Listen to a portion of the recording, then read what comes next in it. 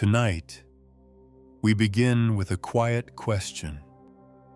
What does freedom feel like when the world around you refuses to let you have it? Hello and welcome. Settle in, get comfortable, and let yourself slowly drift as we step into tonight's story. Before we begin, tell me in the comments where in the world you're listening from tonight. And if you enjoy slow, immersive stories made for sleep, don't forget to subscribe. Tonight, we're entering the long, powerful story of the American Civil Rights Movement, a struggle of courage, endurance, and ordinary people who dared to stand firm in a world determined to push them aside. Now, close your eyes if you'd like, and let's begin. Before there were marches filling the avenues of Washington, before television cameras carried the sight of children facing police dogs and fire hoses into living rooms across the nation, before the language of civil rights became part of the American conscience, there was a much older struggle already burning beneath the surface of the country.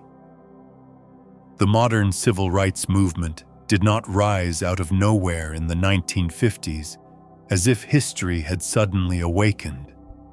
It came out of generations of unfinished promises, betrayed victories, stubborn endurance, and a long memory carried in Black homes, Black churches, Black schools, Black newspapers, and Black communities that had learned to survive in a nation that spoke the language of democracy while practicing the habits of caste.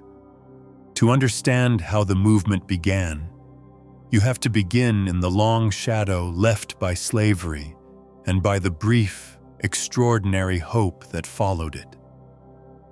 When the Civil War ended in 1865, millions of formerly enslaved people stepped into freedom not as abstract symbols, but as human beings who wanted what anyone would want: safety for their families, control over their labor, the right to move without fear, to worship freely, to learn to read, to own land, to vote, and to live without the constant threat of being bought, sold, whipped, raped, or separated. During Reconstruction, the federal government briefly attempted to remake the South. Constitutional amendments abolished slavery, defined birthright citizenship, and prohibited states from denying the vote on the basis of race. Black men voted, held office, built institutions, and helped shape state governments across the South. For a moment, the United States came closer than it ever had to becoming a multiracial democracy. But white resistance was relentless, violent, and organized. Paramilitary terror, economic coercion, and political compromise gradually crushed Reconstruction, and by 1877, federal protection had largely been withdrawn. What followed was not simply prejudice, it was a system. That system came to be known as Jim Crow. In law and in custom, it segregated nearly every part of life in the South and many parts of life outside it.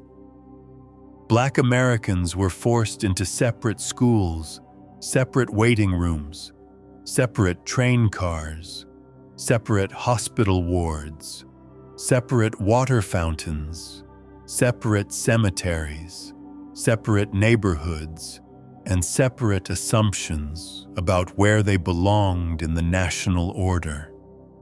Voting rights were hollowed out through poll taxes, literacy tests, grandfather clauses, white primaries, and outright intimidation. Lynching became both spectacle and warning. a method of racial control designed to remind Black people that legal freedom did not mean physical safety.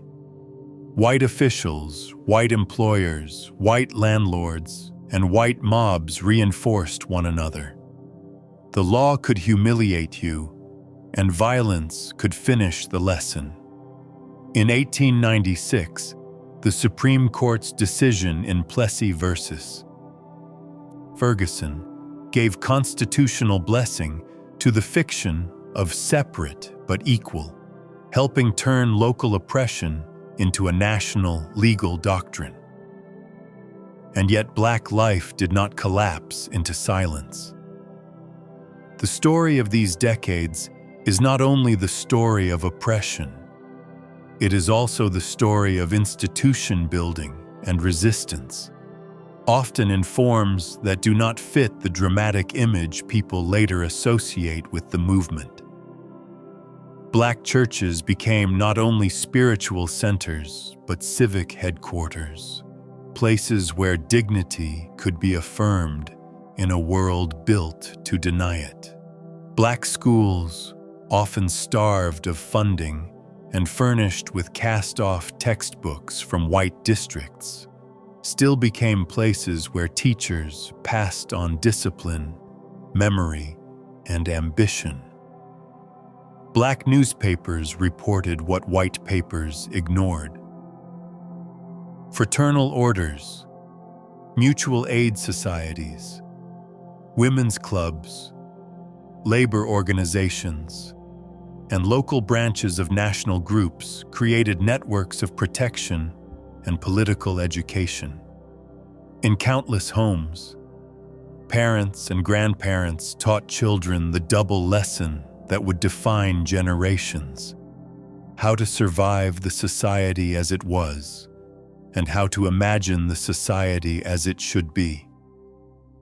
By the early 20th century, Black leaders were debating strategy with urgency because the stakes were so high. Booker T. Washington emphasized economic advancement and self-help within the constraints of segregation, while W.E.B. Du Bois insisted that political rights and higher education were indispensable to freedom. In 1909, the NAACP was founded, and with it came a sustained legal challenge to racial discrimination. Over time, the organization developed a patient strategy: attack segregation through the courts, build precedents, expose inequalities, and force the nation to confront the contradiction between its ideals and its laws. This was slower than mass protest. It lacked the instant drama of a march or boycott.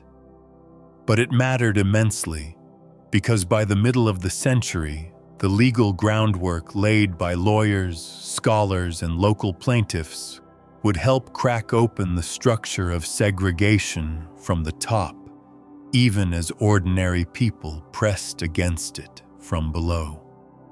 Then came the great upheavals of the 1940s. World War II transformed the country and sharpened its contradictions.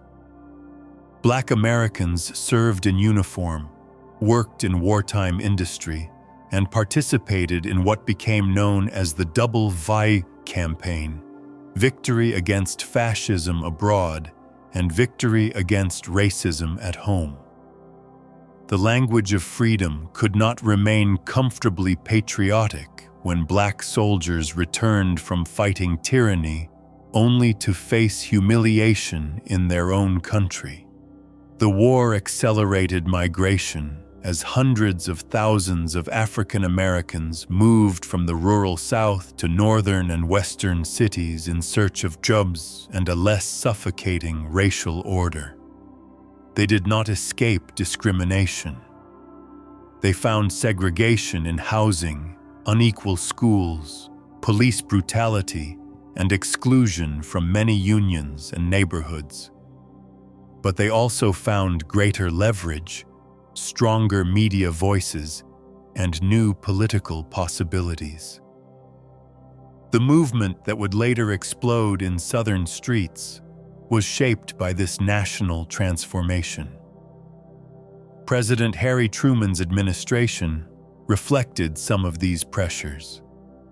In 1948, Truman ordered the desegregation of the armed forces, a major federal step, even if implementation took time. At nearly the same moment, Black activists continued fighting school segregation, voting discrimination, and racial terror at the state and local level.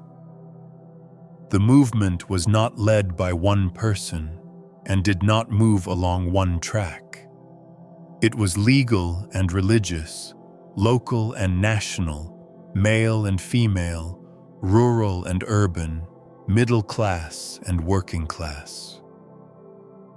Black women in particular were often the organizers beneath the headlines, raising money, planning meetings, building coalitions, mentoring younger activists, and sustaining campaigns long after cameras left.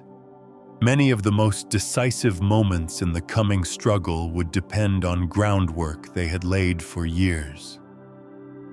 The legal turning point came on May 17, 1954, when the Supreme Court handed down Brown versus Board of Education.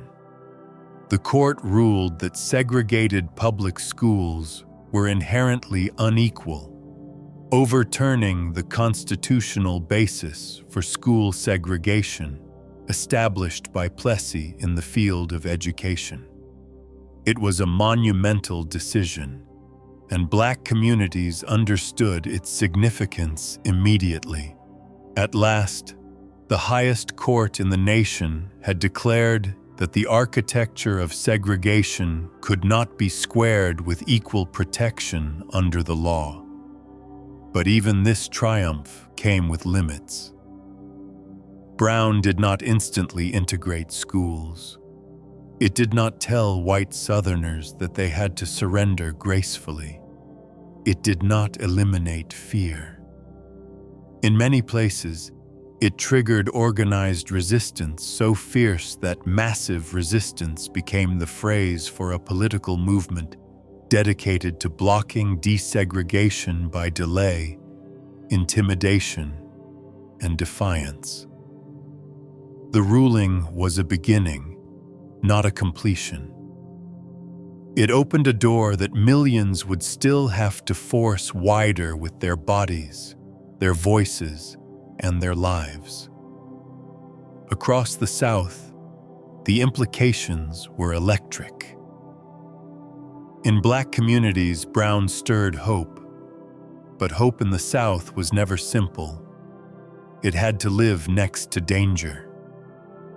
Parents who wanted better schools for their children had to weigh their longing against the possibility of retaliation from white employers, bankers, sheriffs, and school boards.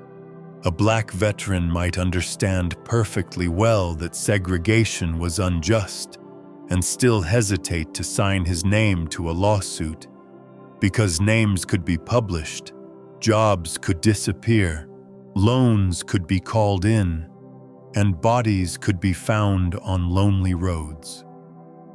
This was the reality from which the movement would rise, not from abstract courage, but from people making daily calculations under pressure and still deciding, again and again, to resist. One of the places where that resistance was hardening was Mississippi, perhaps the most violently segregated state in the Deep South. Mississippi guarded white supremacy with a kind of cold ferocity. It was there, in the summer of 1955, that the nation was confronted with a murder so shocking that it helped awaken a broader moral crisis. 14-year-old Emmett Till, visiting from Chicago, was abducted after an encounter with a white woman in a store in Money, Mississippi. He was beaten, shot, and thrown into the Tallahatchie River. When his body was recovered, it was horribly mutilated. His mother, Mamie Till Mobley, made a decision that changed history.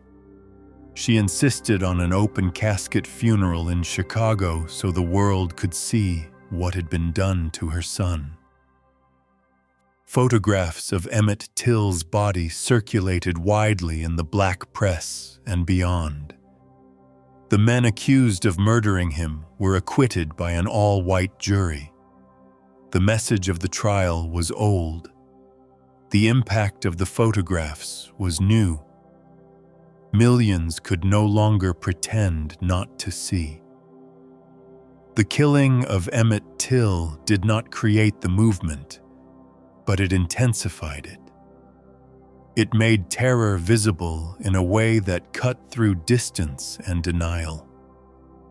Young people especially absorbed its lesson. Among them was a generation that had grown up under Jim Crow, but had also been shaped by war, migration, black institutions, and the first legal blows against segregation. They were less willing to wait. They had seen too much, and now the nation had seen too much too. The emotional climate of the mid-1950s was changing. Fear still ruled much of Southern life, but fear was beginning to share space with impatience, discipline, and organized defiance. In Montgomery, Alabama, that defiance had been quietly preparing for years. Montgomery was a city of strict bus segregation, and black riders bore much of the system's daily humiliation. They could pay their fare at the front, then be ordered to re-enter from the back. Drivers could leave before they got on. Seats could be rearranged to protect white comfort at black expense. The insult was intimate because it was routine. It happened on the way to work, on the way home, in the ordinary rhythm of a life already constrained by race. Black women, many of them domestic workers traveling to white neighborhoods where they cleaned homes they could not enter as equals, knew the system with painful precision. So did local activists who had spent years building networks that outsiders often overlooked. E.D. Nixon, Joanne Robinson, the Women's Political Council, clergy, teachers, laborers, and ordinary riders were not waiting passively for history to arrive. They were studying the city, feeling its tensions, and preparing for the moment when a local injury could become a collective stand. Rosa Parks has often been remembered in popular memory as a tired seamstress who simply refused to give up her seat one day because she was physically exhausted. The truth is more powerful. She was indeed tired, but not in the shallow sense that later myths suggested. She was tired of surrender. She was a trained activist, a NAACP worker in Montgomery, deeply aware of the risks and the meaning of resistance. On December 1st, 1955, when bus driver James F. Blake ordered Parks and other black passengers to give up their row for white riders, Parks refused. She was arrested. The event lasted only minutes. Its consequences would stretch across the nation. That night, word moved quickly through Montgomery's black community. Leaflets appeared. Phone calls were made. Ministers conferred. Teachers and organizers carried the news street by street. The plan was simple and dangerous. Boycott the buses. Refuse the daily ritual of humiliation. Walk if necessary. Share rides. turn individual indignity into collective discipline. What made the plan so potent was not only moral outrage, but organizational readiness. When the arrest came, there were already people in place who could turn anger into action.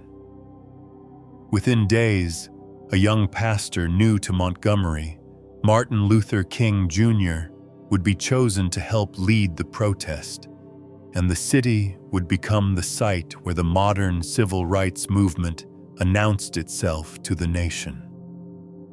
But that next stage belongs to the chapter ahead.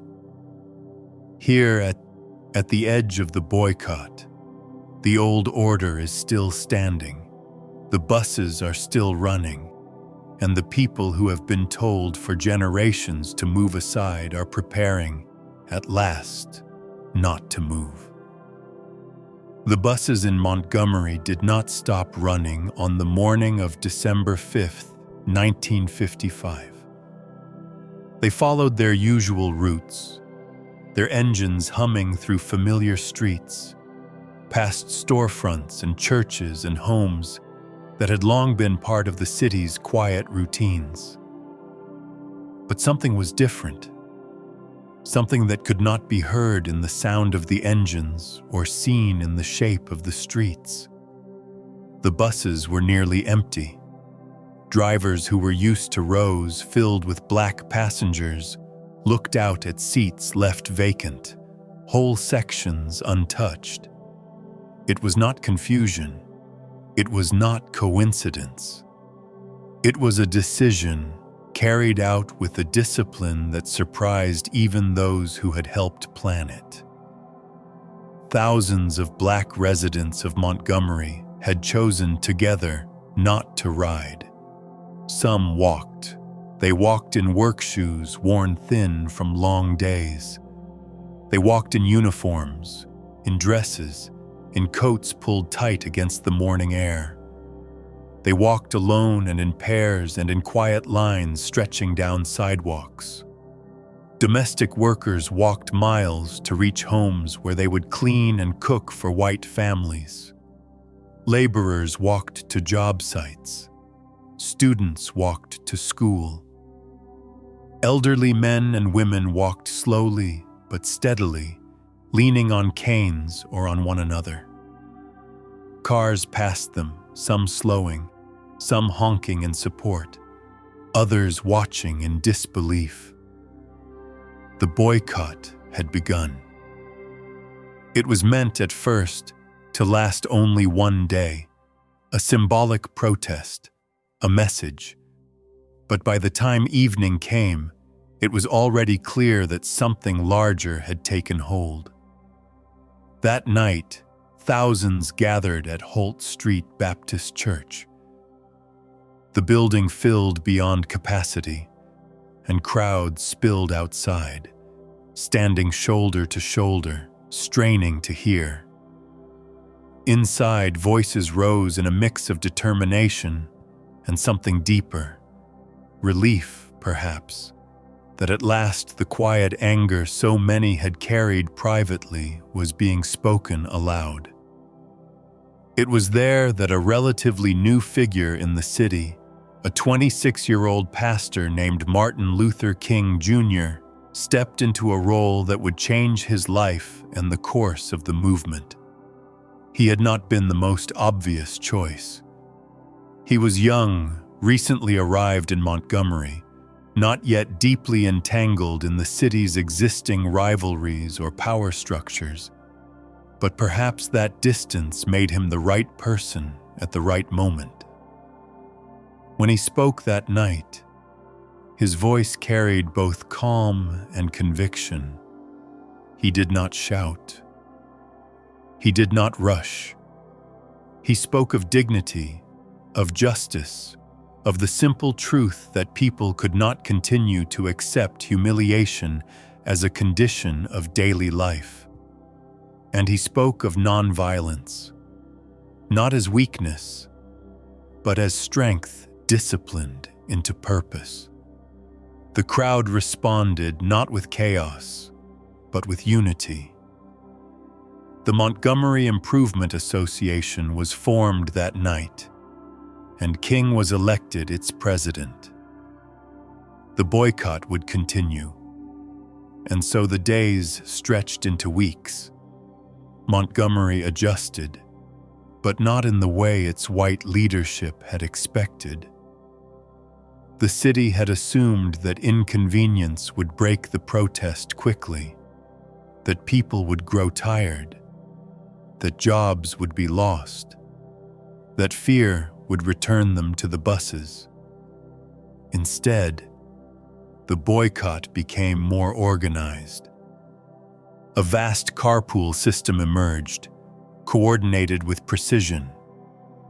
Volunteer drivers used their own vehicles to pick up and drop off workers along carefully planned routes. Churches became dispatch centers. Mechanics donated time to keep cars running. Money was raised to cover fuel and repairs. It was not perfect. It was not easy. But it worked. And more importantly, it held. White resistance grew sharper. City officials and bus companies felt the financial pressure almost immediately. The loss of black ridership, which made up the majority of bus users, hit revenue hard. But instead of negotiating, the city doubled down. Police began stopping carpool drivers, issuing tickets for minor or fabricated infractions. Insurance companies were pressured to cancel policies. Legal challenges were filed to dismantle the boycott. Then came intimidation. Leaders received threatening phone calls late into the night. Voices on the other end promised violence, promised death. Families lived with the constant awareness that their homes could be targeted. And in January 1956, that threat became reality when a bomb exploded on the front porch of King's home. Miraculously, his wife and young daughter were unharmed. Word spread quickly, and an angry crowd gathered. There was fear in the air, but also rage, the kind that could tip into something uncontrollable. Many in the crowd were armed. The moment teetered on the edge of escalation. King stood before them. He told them to go home. He told them to put down their weapons. He told them that hate could not drive out hate. It was not an easy thing to hear, not in that moment. But slowly, the crowd listened. Slowly, they dispersed. The discipline of nonviolence held, not because it was simple, but because it was chosen again and again, even when anger made other choices feel more natural. The boycott continued. Winter turned to spring, and still the buses ran mostly empty. The physical toll on the community was real. Walking miles each day wore down bodies. Some lost jobs, some faced eviction. But the shared purpose sustained them. What had begun as a protest was becoming something deeper, a collective assertion of worth. And beyond Montgomery, the nation was beginning to watch. Newspapers carried the story. Radio broadcasts spread it further. The image of a black community refusing, quietly but firmly, to accept humiliation began to shift public perception. This was not chaos. This was not disorder. This was organized moral resistance. At the same time, the legal battle moved forward. A case known as Browder versus Gale challenged bus segregation directly in federal court. It was another front in the same struggle. less visible than the streets, but just as crucial. The argument was simple and profound. Segregation on public buses violated the Constitution. Months passed. Then, in November 1956, the Supreme Court affirmed the lower court's decision. Bus segregation in Montgomery was unconstitutional. The boycott had lasted 381 days. More than a year of walking, organizing, enduring threats, and holding steady. On December 21, 1956, Black residents of Montgomery returned to the buses. This time, they sat where they chose. There was no dramatic celebration, no single moment where the city transformed overnight into a place of equality. Tensions remained. Violence did not disappear. But something irreversible had happened. The boycott had proven that collective action could dismantle a piece of the system. It had introduced the nation to a new kind of leadership and a new kind of movement, rooted in nonviolence, sustained by community, and capable of turning local resistance into national change. And perhaps most importantly, it had changed the people who participated in it. Because once you have walked for a year rather than submit to injustice, once you have faced fear and continued anyway, once you have seen what unity can do, you do not return to the world the same way you were before. The movement was no longer waiting, it was moving, and it would not be confined to Montgomery for long. The victory in Montgomery did not end the struggle. It revealed it. For many outside the South, the boycott had seemed almost miraculous, the kind of event that arrives fully formed in the history books, with its beginning, middle, and end neatly arranged around a single woman, a single young minister, and a single city learning a moral lesson. But that was never how history felt to the people living inside it. For them, there was no clean ending waiting at the edge of triumph. There was only the next morning, the next insult, the next courthouse, the next sheriff, the next school board, the next town where the old order still stood untouched and confident. The movement had won something important in Montgomery, but the South remained a landscape of segregation enforced not only by law, but by memory, habit, violence, and power. A bus seat could be desegregated, and still an entire civilization of racial hierarchy could remain in place. And yet something had changed that could not easily be pushed back into silence. The boycott had shown that ordinary Black citizens, if organized and disciplined, could challenge segregation directly and survive the retaliation that followed. It had shown that ministers, local organizers, laborers, maids, teachers, mechanics, and students could become part of one moral front. It had shown that a local protest could seize the attention of the nation. Most importantly, it had shown Black Southerners that resistance did not belong only to courts or to distant leaders. It could belong to them. The figure who seemed to embody that new possibility more than any other was Martin Luther King Jr.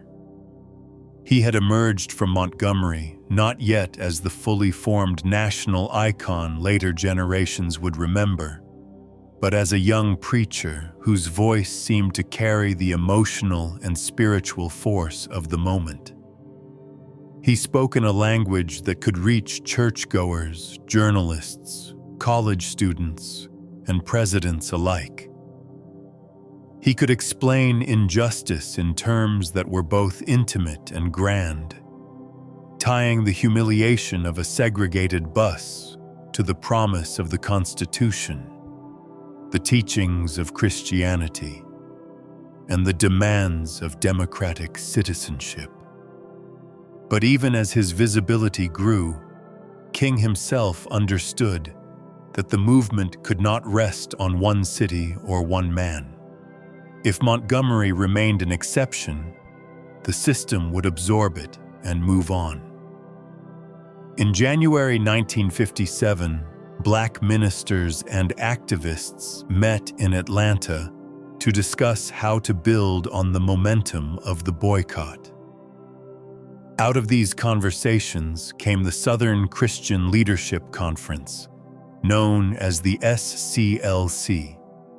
Its purpose was not to replace local movements, but to help coordinate them, to spread the strategy of nonviolent direct action, and to provide a regional structure through which Black churches could serve as engines of protest. The Black church had long been one of the few Southern institutions relatively under Black control. It offered more than sanctuary. It offered meeting space, communications networks, moral authority, leadership experience, and a language of suffering and deliverance that turned politics into something larger than policy. In the years ahead, that church-based structure would help carry the movement into city after city. But organization alone was not enough. The movement was entering a dangerous new phase because its victories made white resistance more deliberate. In many Southern states, white officials did not simply disagree with desegregation. They treated it as a direct threat to the social order they believed they were born to preserve. Legislatures passed laws designed to block integration.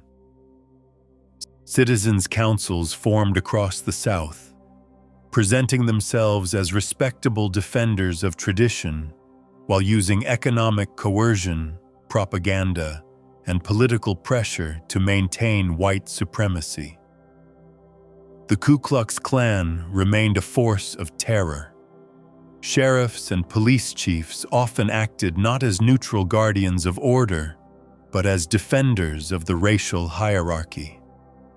The language of law could sound calm, but beneath it lay menace. Nowhere was this more visible than in the battle over schools. The Supreme Court had ruled in Brown versus Board of Education that segregated public schools were unconstitutional, but the ruling had not specified a swift path to compliance. In 1955, the court's follow-up decision, in what became known as Brown, too, called for desegregation to proceed with all deliberate speed, a phrase that gave resistant states room to delay. White Southern officials seized on that ambiguity. Some districts closed schools rather than integrate them. Others used token measures designed to preserve segregation in practice. Some governors made themselves symbols of defiance. The struggle over education became the next great theater of the movement, because schools were about much more than classrooms. They were about citizenship, status, childhood, and the future. To segregate a child by law was to teach that child every day that the state recognized a racial order and intended to preserve it. And to challenge that order was to confront one of the most emotionally charged institutions in American life. In September 1957, that confrontation erupted in Little Rock, Arkansas. 9 Black students had been selected to integrate Central High School, an imposing and prestigious white school in the state capital. They were teenagers, but history placed on them a burden usually reserved for adults. They had to walk into a building that represented not just education, but the full force of white resistance. Before they even entered, the conflict became national news. Arkansas Governor Orval Faubus announced that he was deploying the Arkansas National Guard to prevent their entry, claiming he was acting to preserve order. In reality, he was using state power to block desegregation. One of the students, Elizabeth Eckford, arrived alone on the first day after a miscommunication about meeting arrangements. She approached the school dressed carefully, carrying her books, moving through a crowd that quickly turned hostile. Around her, white faces twisted with fury. People shouted at her, threatened her, followed her. She tried to enter through one doorway after another, only to find armed guards blocking the way. Then she turned and walked to a bus stop while the mob closed in, yelling and jeering. The image of that solitary black teenager, composed but exposed, confronting a white crowd swollen with hatred, became one of the defining scenes of the era. The Little Rock crisis did something that Southern segregationists often dreaded. It forced the federal government to choose whether the Supreme Court's rulings would remain words on paper or be backed by national power. President Dwight D. Eisenhower was not a crusading civil rights president by instinct. He was cautious, often reluctant to move faster than political consensus. But the spectacle in Little Rock and the open defiance of federal authority by a governor pushed the matter beyond hesitation. After attempts at negotiation failed and violence intensified, Eisenhower federalized the Arkansas National Guard and sent troops from the 101st Airborne Division to enforce integration. It was an extraordinary moment. Federal soldiers, more than a decade after fighting fascism abroad, were now escorting black children into a public school in the American South so that constitutional rights could be upheld against white mobs and a rebellious state government. The image exposed the moral absurdity of the nation's racial order. It also made clear that desegregation was not a matter of local goodwill. It would require pressure, confrontation, and sometimes federal force. The 9 students entered Central High, but their ordeal did not end at the doors. Inside, they faced harassment so constant and inventive that survival itself became a daily act of courage. They were shoved into lockers, insulted in hallways, threatened in classrooms, and isolated in every way the white student body could devise. Teachers and administrators often failed to protect them. The goal was not just to resist their presence, but to grind them down psychologically, to make attendance unbearable, to transform education into siege. And yet they continued. They endured because their attendance had become larger than themselves. Every step down a hallway was now part of a national reckoning. The events in Little Rock carried a lesson that spread far beyond Arkansas. They showed that Brown had not settled the issue of school desegregation at all. It had merely begun the conflict. They showed that white moderates who claimed to prefer order often retreated when justice threatened to disrupt custom. They showed that children could become frontline participants in a constitutional struggle. And they showed black communities that endurance alone, while noble, would not be enough. The country could watch these scenes and still move slowly. More direct pressure would be needed. At the same time, the federal government gave the movement a modest but important legislative sign that the national climate was shifting, however cautiously. In 1957, Congress passed the Civil Rights Act of 1957, the first federal civil rights legislation since Reconstruction. Its practical impact was limited. Southern lawmakers weakened it substantially, and it did not transform the daily reality of segregation. But its symbolic meaning mattered. It signaled that civil rights had returned to the legislative agenda of the United States after generations of neglect. The issue could no longer be buried entirely in local custom or judicial abstraction. It was becoming a national political question. Still, many Black Southerners understood the limits of symbolism. A law passed in Washington could mean very little in a county where the sheriff knew every Black family by name and where a landlord or employer could punish dissent with quiet efficiency. Voting remained brutally suppressed across much of the South. In some counties with Black majorities, only a tiny fraction of eligible Black adults were registered. The machinery of disenfranchisement was as humiliating as it was effective. Black applicants could be required to recite constitutional passages, interpret obscure clauses, answer impossible questions, or simply return again and again until they gave up. Sometimes the rules changed from one visit to the next.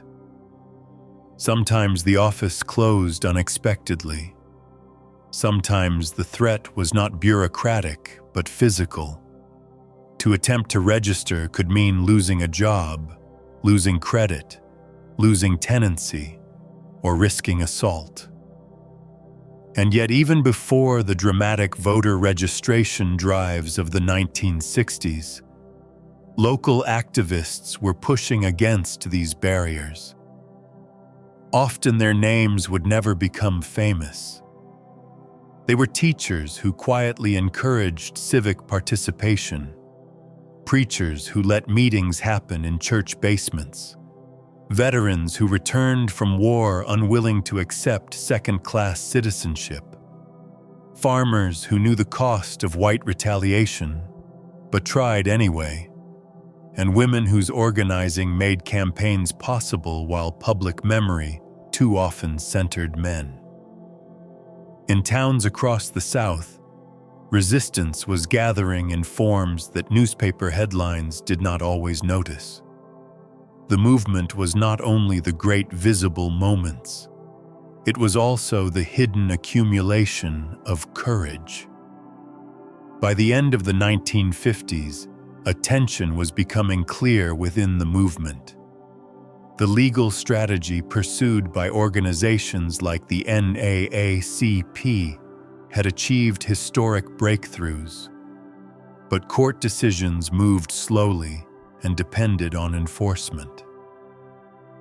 The church-centered protest model emerging from Montgomery had awakened mass participation, but it was still searching for its next decisive stage. Many younger Black Americans were watching these developments closely. They had grown up under Jim Crow, but they had also grown up in the aftermath of Brown, Montgomery, and Little Rock. They were less patient with the idea that freedom must always be postponed until older institutions had finished deliberating. They wanted a more direct challenge to segregation in the places where it lived most visibly: lunch counters, libraries, bus terminals, parks, and the everyday rituals of Southern public life.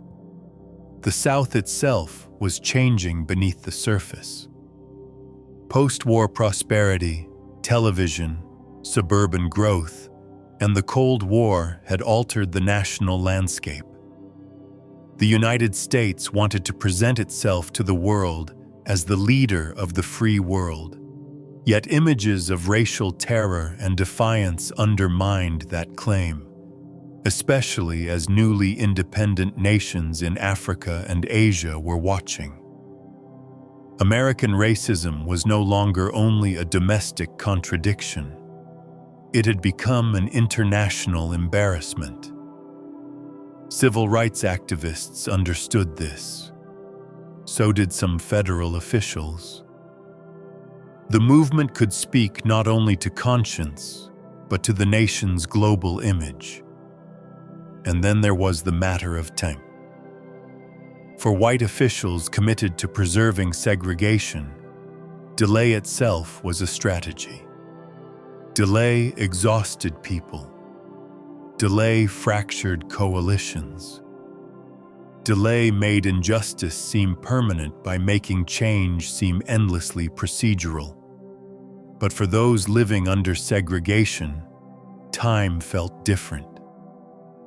Delay was not neutral. Delay was another year of underfunded schools, another year of humiliation on buses, another year of blocked ballots, another year of vulnerability before the law, another year of telling children to be careful in a world organized against them. The movement was beginning to reject the idea that it must always wait for the country to become ready. Readiness had too often been the language of refusal. This impatience would soon take visible form in a place as ordinary as a lunch counter. There was something deceptively small about a lunch counter. It was not a legislature or a courthouse. It was not a governor's mansion or a federal building. It was a place where people ordered food, drank coffee, and sat side by side in the casual rituals of daily life. But that was exactly why it mattered.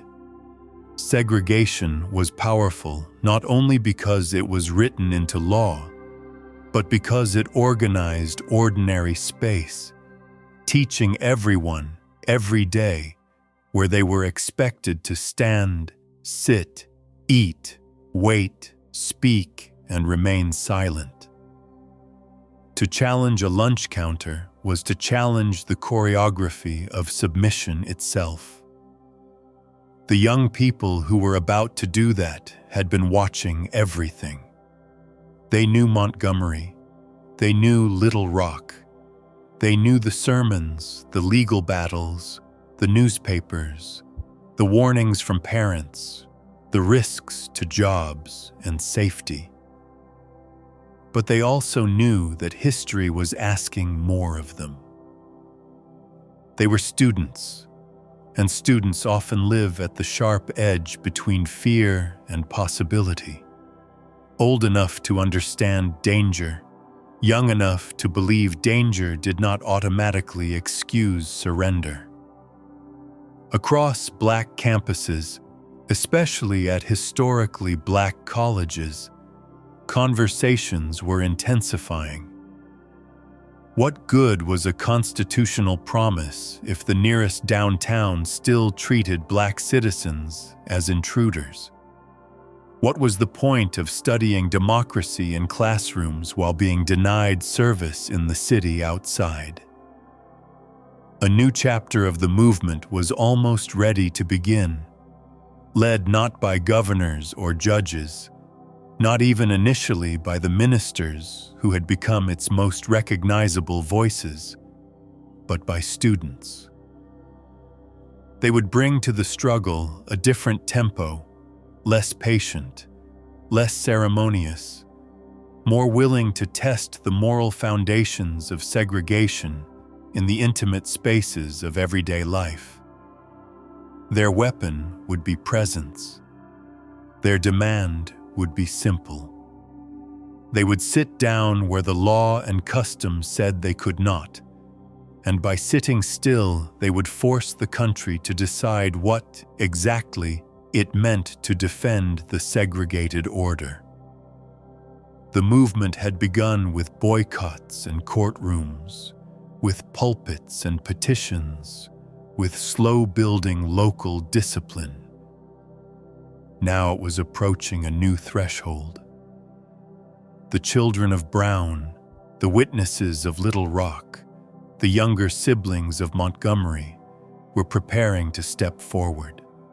On the morning of February 1st, 1960, in Greensboro, North Carolina, 4 black college freshmen walked into a Woolworth store and sat down at a lunch counter where they were not supposed to sit.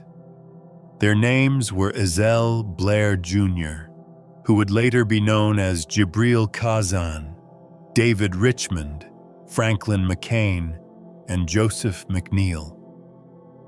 They were students at North Carolina Agricultural and Technical College, and what they did was, on its surface, almost painfully ordinary. They entered a department store. They bought small items. They sat down and asked to be served coffee and food. But ordinary acts can become revolutionary when a society has spent generations assigning race to space, dignity to one body, and denial to another. The Greensboro Four did not come with weapons.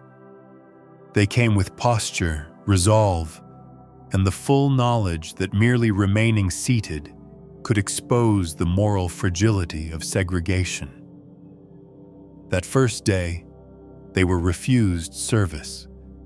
The rules of the store, reflecting the rules of the age, did not permit black customers to sit and eat at the counter. But the students did not leave in humiliation. They stayed until the store closed, then returned the next day with more students beside them. Then more came after that. Within days, the sit-in had become more than a local gesture. It had become a method. The power of it lay partly in its simplicity.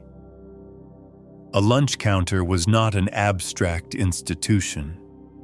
It was a visible public space where the cruelty of segregation could not hide behind legal complexity. The customer sitting quietly on a stool and asking for service looked peaceful. The system denying him looked absurd, petty, and increasingly indefensible. Direct action in that setting forced the contradiction into the open. Although Greensboro became the most famous spark, it was not born from a vacuum. There had already been earlier student-led sit-ins, including the successful Dockham drugstore sit-in in Wichita, Kansas, in 1958, and organized test sit-ins in Nashville in 1959. What Greensboro did was ignite the wider Southern imagination. It arrived at the exact moment when black college students across the region were ready to act, and it was visible enough, dramatic enough, and repeatable enough to spread with astonishing speed. By the spring of 1960, sit-ins had spread across dozens of Southern communities. Students in city after city began occupying segregated lunch counters, library reading rooms, restaurants, and other public accommodations, quietly forcing each community to confront whether it would uphold segregation through custom, arrest, or mob violence. There was something different in the rhythm of this phase of the movement. Montgomery had been built around a sustained boycott and church leadership. Brown had moved through the courts. Little Rock had unfolded through federal confrontation and the image of children under siege. The sit-ins, by contrast, belonged above all to students. They were younger, often less invested in deference, and impatient with the slow language of accommodation. They respected earlier leaders, but they did not intend merely to wait for ministers, judges, or presidents to decide when freedom should arrive. Many of them had grown up hearing the promises of democracy and watching the nation fail to keep them. They lived close to humiliation. They knew what it meant to buy clothes in a store where they could not sit at its counter, to study citizenship while being denied the rights of citizens, to hear adults speak of patience in a world that had made patience indistinguishable from surrender. In Nashville, this emerging student movement took on an especially disciplined form. There, the groundwork had been laid by James Lawson, a minister and activist who had studied Gandhian methods of nonviolent resistance and who began leading workshops for students in late 1959. In church basements, young men and women gathered to rehearse what they might face. They practiced sitting still while others shouted insults in their faces. They trained themselves not to strike back when shoved or hit. They learned that nonviolence was not passivity, but method, not softness, but control. Among those shaped by these trainings were Diane Nash, John Lewis, Bernard Lafayette, James Bevel, and others who would become central to the movement's next stage. In Nashville, nonviolence was treated almost like a discipline of the body and mind, something that had to be prepared for before it could be lived under pressure. That preparation mattered because the sit-ins quickly met hostility. White crowds mocked the students, poured food and condiments over them, spat at them, burned them with cigarettes, kicked them from behind, and threatened them at close range. Sometimes the violence was theatrical, meant to amuse the mob while terrifying the protester. Sometimes it was intimate and frighteningly calm, a whispered promise of future harm. In many cities, store owners closed counters rather than serve black customers. Police often arrested the demonstrators rather than the people assaulting them. That legal response revealed one of the movement's most important truths. Segregation was not just a matter of personal bigotry. It was upheld by institutions that preferred punishing the challenge to punishing the injustice. The law often presented itself as maintaining order, but in practice it was preserving the terms of submission. The students understood something profound about the visual age they were entering. By 1960, cameras mattered, newspapers mattered, television mattered.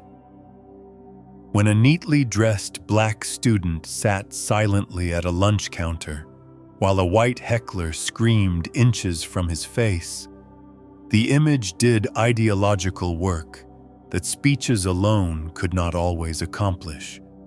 It rearranged sympathy.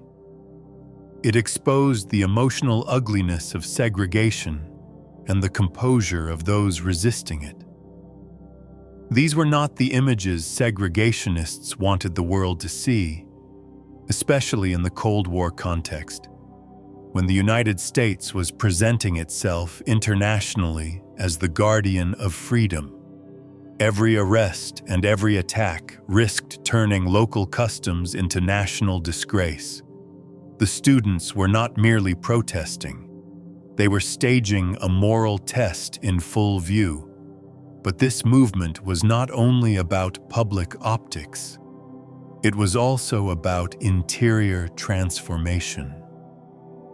For many of the students involved, the sit-ins marked the moment when they ceased to feel like isolated young people enduring an inherited system and began to understand themselves as makers of history. Sitting at a counter for hours while being ignored or harassed sounds, from a distance, almost still. But inside that stillness was a tremendous psychological shift. To remain seated where the world told you not to be was to alter your own sense of self. Fear did not disappear, but it was reorganized. Shame began to migrate away from the oppressed and settle where it belonged, on the structure that required humiliation to maintain itself. In that sense, the sit-ins were as much about reclaiming personhood as they were about integrating public accommodations. Adult civil rights leaders watched all this with a mix of admiration, urgency, and sometimes concern. Ella Baker, one of the great but too often under-recognized architects of the movement, saw immediately that something new was happening. Baker had worked within established organizations, including the NAACP and the Southern Christian Leadership Conference, and she had long believed that durable change came not only from charismatic leadership, but from strong local people learning to act for themselves.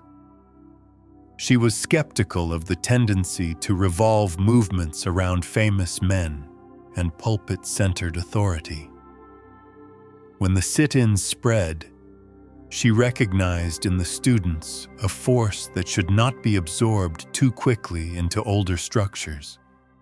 They needed room to define themselves. They needed to lead. In April 1960, Baker helped bring student activists together at Shaw University in Raleigh, North Carolina. This meeting, held over Easter weekend, led to the creation of the Student Nonviolent Coordinating Committee, SNCC. The name mattered. It reflected a committee rather than a hierarchy, coordination rather than command. That fit both the moment and Baker's instincts. SNCC was born from the sit-in movement, but it would become far more than an organization for lunch counter protests.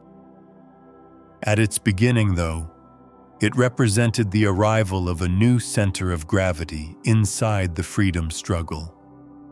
Young people were no longer simply participants in campaigns devised elsewhere. They were building an independent vehicle of their own. SNCC's earliest energy came from campuses, especially historically Black colleges and universities. These institutions had long been places where ambition, discipline, and frustration lived close together. Black students were being educated for citizenship and leadership in a society that denied both. When the sit-ins erupted, campuses became nerve centers. Students read reports from other cities, compared tactics, raised bail money, created local committees, and traveled to support one another. A headline from Greensboro could electrify students in Atlanta, Nashville, Orangeburg, or Jackson. The movement spread not only because injustice was common, but because communication among Black students was already rich with urgency and possibility. Campuses became relay stations for courage. The atmosphere among these students was serious, but it was not joyless. Music followed them. Laughter followed them. Fellowship followed them. Songs like "We Shall Overcome" moved through meetings and jails and protest lines, turning fear into rhythm and rhythm into endurance. Music did not erase danger. It gave people a way to inhabit it together. The sit-ins and the early SNCC gatherings carried a sense of spiritual and emotional welding. Strangers became comrades. Individual acts became collective memory almost as soon as they happened. This mattered because movements are not sustained by ideas alone. They are sustained by relationships, by shared discipline, by the experience of discovering that one's courage grows in the company of others. Not every disagreement vanished in the glow of this new energy. Tensions existed between older and younger activists, between legal and direct action strategies, between the careful public language of established organizations and the more impatient edge of student activism. Some leaders worried that the students were moving too fast or exposing themselves to too much danger. Some students felt that respectable appeals had already consumed too much time. There were also strategic questions. Should the movement focus on desegregating public accommodations, on voter registration, on legal precedent, on economic pressure, or on broad moral witness? Was jail a necessary badge of commitment, or a tactical risk that could limit future work? These debates were real, but they were also signs of vitality. A movement that is alive argues with itself because its participants care about what freedom requires and how best to reach it. The Nashville campaign soon offered one of the clearest examples of what disciplined student action could achieve. There, after months of training and repeated sit-ins, students confronted violent backlash and arrests. When a bombing struck the home of the black attorneys Alexander Luby in April 1960, the city was forced into a sharper confrontation with itself. Students marched silently to City Hall, where Diane Nash asked the mayor, Ben West, whether he believed it was morally right to discriminate against a person solely because of race. He answered, under pressure and in public, that it was wrong. Soon after, Nashville became the first major southern city to begin desegregating lunch counters. It was a major victory, not only because counters were integrated, but because it proved that trained, collective, student-led, nonviolent action could force change in an urban southern center. Elsewhere, the pattern repeated with local variations. In Atlanta, students including Lonnie King and Julian Bond were inspired by Greensboro and moved to organize sit-ins of their own. In cities across the South, young activists discovered that local conditions differed, but the emotional machinery of segregation was strikingly similar. Everywhere it relied on performance. White authority needed black deference to be visible. It needed the script to be followed. The sit-ins disrupted that script.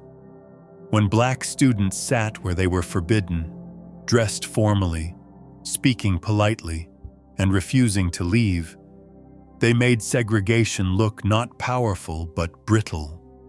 Its defenders had to overreact in public to preserve what they claimed was natural. That was one of the movement's great strategic insights. If a system depends on appearing normal, then public non-compliance can make it appear ridiculous and cruel at the same time. There was also an economic dimension to the sit-in movement, even when it appeared purely symbolic. Department stores and downtown businesses depended on Black customers while denying them equal treatment. Many Black families spent money in stores where they could buy clothing and household goods, but could not sit at the counter to eat. Student protest exposed that contradiction and often led to boycotts, increasing pressure on merchants who preferred profits to principle but disliked disruption more than either. Segregation had moral defenders, but it also had commercial enablers, and the movement understood that if public shame could be joined to economic pressure, resistance might crack faster. The lunch counter was thus both stage and leverage point. SNCC, meanwhile, was beginning to develop its own character. It shared the movement's commitment to nonviolence, but in its early years it often felt less formal than SCLC and less legalistic than the NAACP. It was closer to the ground, closer to students, and increasingly attracted to the slow, difficult work of organizing in local communities, rather than merely appearing for dramatic moments. That distinction would become even more important later. SNCC was not simply interested in symbolic breakthroughs. It was growing into an organization willing to enter dangerous rural counties, meet ordinary people where they lived, and build local leadership from the bottom up. In embryo, that future was already present in 1960. The students who had learned to sit still at lunch counters were beginning to ask what would happen if they carried that same discipline into the struggle for voting rights and deeper political power. This new student militancy also changed the movement's emotional tone. Ministers had helped frame the struggle in biblical and constitutional terms, and that remained important. But the students brought something sharper, a willingness to test the line repeatedly, to use their bodies as instruments of confrontation, and to accept arrest not as disgrace but as testimony. They were less impressed by the idea that respectability alone would melt injustice. They were respectful, yes, often almost impeccably so in dress and demeanor, but they did not confuse good behavior with guaranteed safety. They knew they could be beaten while behaving perfectly. That knowledge produced a harder realism. Nonviolence, to them, was not dependent on the goodness of opponents. It was a way of forcing the world to witness the truth. By the end of 1960, the sit-in movement had already altered the architecture of the struggle. It had spread across more than 80 Southern communities. It had demonstrated that the movement could move at the speed of youth. It had launched SNCC, an organization that would become one of the most consequential engines of the freedom struggle. It had widened the public imagination of who a civil rights leader could be. Not only ministers, not only lawyers, students, teenagers, young women with iron composure, young men willing to be dragged from stools and return the next morning. It had shown that history could pivot in places as common as department stores and as unglamorous as jail cells. Still, lunch counters were only one front. Public accommodations mattered because they made inequality visible, but the movement's horizon was already expanding. Interstate travel remained segregated in practice across much of the South, despite federal rulings against it. Bus terminals, waiting rooms, and restrooms still enforced racial separation. The law, once again, existed on paper more fully than it existed on the ground. The students and their allies had learned by now that rights untested were often rights denied. A ruling meant little if nobody challenged the South to obey it. And so the next stage would not involve sitting still in one city. It would involve movement itself, movement across state lines, into the heart of Southern defiance, on buses rolling toward danger. The young activists who had learned courage at lunch counters were about to carry that courage onto the highways. The next great movement of the civil rights era began on the road. By 1961, Black Americans had already seen the pattern too many times to mistake it for delay or confusion. Courts could rule, presidents could speak, federal agencies could issue statements. But in the South, rights still depended on whether local officials chose to honor them, and many did not. Interstate bus segregation had already been struck down in stages by the Supreme Court, first in relation to seating, and then in relation to terminal facilities used by interstate passengers. Yet white and black travelers still encountered separate waiting rooms, separate restrooms, separate lunch counters, and the old ritual of humiliation dressed up as custom. The law existed, but the South kept behaving as if it did not. The Freedom Rides were designed to force that contradiction into the open. The campaign was organized by the Congress of Racial Equality, CORE, whose leaders understood that a right not exercised could remain a fiction indefinitely. The idea was deceptively simple. An interracial group of riders would board interstate buses in Washington, D.C., and travel through the Upper South and Deep South to New Orleans. They would sit in interracial patterns that challenged segregationist expectations. At terminals, black riders would enter white waiting rooms, and white riders would enter black designated spaces. They would use lunch counters, restrooms, and seating areas in ways consistent with federal law but forbidden by local custom. They were not petitioning politely for future justice. They were acting as if the law already applied. That was precisely what made the rides so dangerous. On May 4, 1961, the first group left Washington on 2 buses, one Greyhound and one Trailways. There were 13 original riders, black and white together, young and disciplined, among them John Lewis, who had already tested segregation before and would soon become one of the movement's most enduring witnesses. Their route was intentional, and so was the date.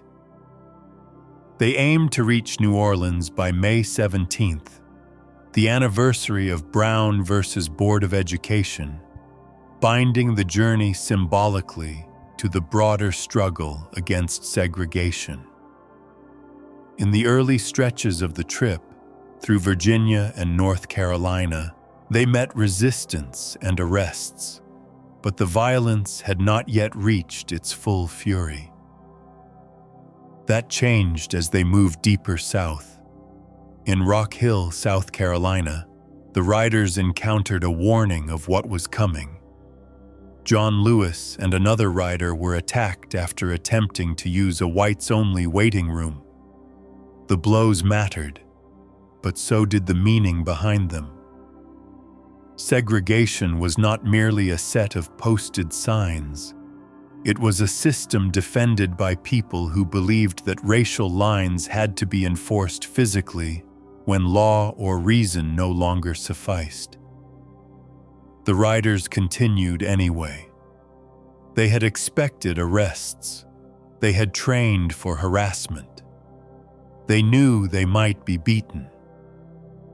That knowledge did not make the risk smaller. It made their persistence more deliberate. When the buses reached Alabama on May 14th, Mother's Day, the violence became unforgettable. In Anniston, a white mob descended on the Greyhound bus. According to later accounts preserved in official histories, local authorities had effectively allowed the attack to happen. The mob slashed the tires, and after the crippled bus limped away from the station, it was forced to stop outside town. There, attackers hurled a firebomb into the vehicle. The bus burned on the roadside, smoke and flame pouring into the Alabama air while the riders struggled to escape. Images of the firebombed bus would become some of the most iconic in the entire civil rights movement, not because they were symbolic, but because they were literal.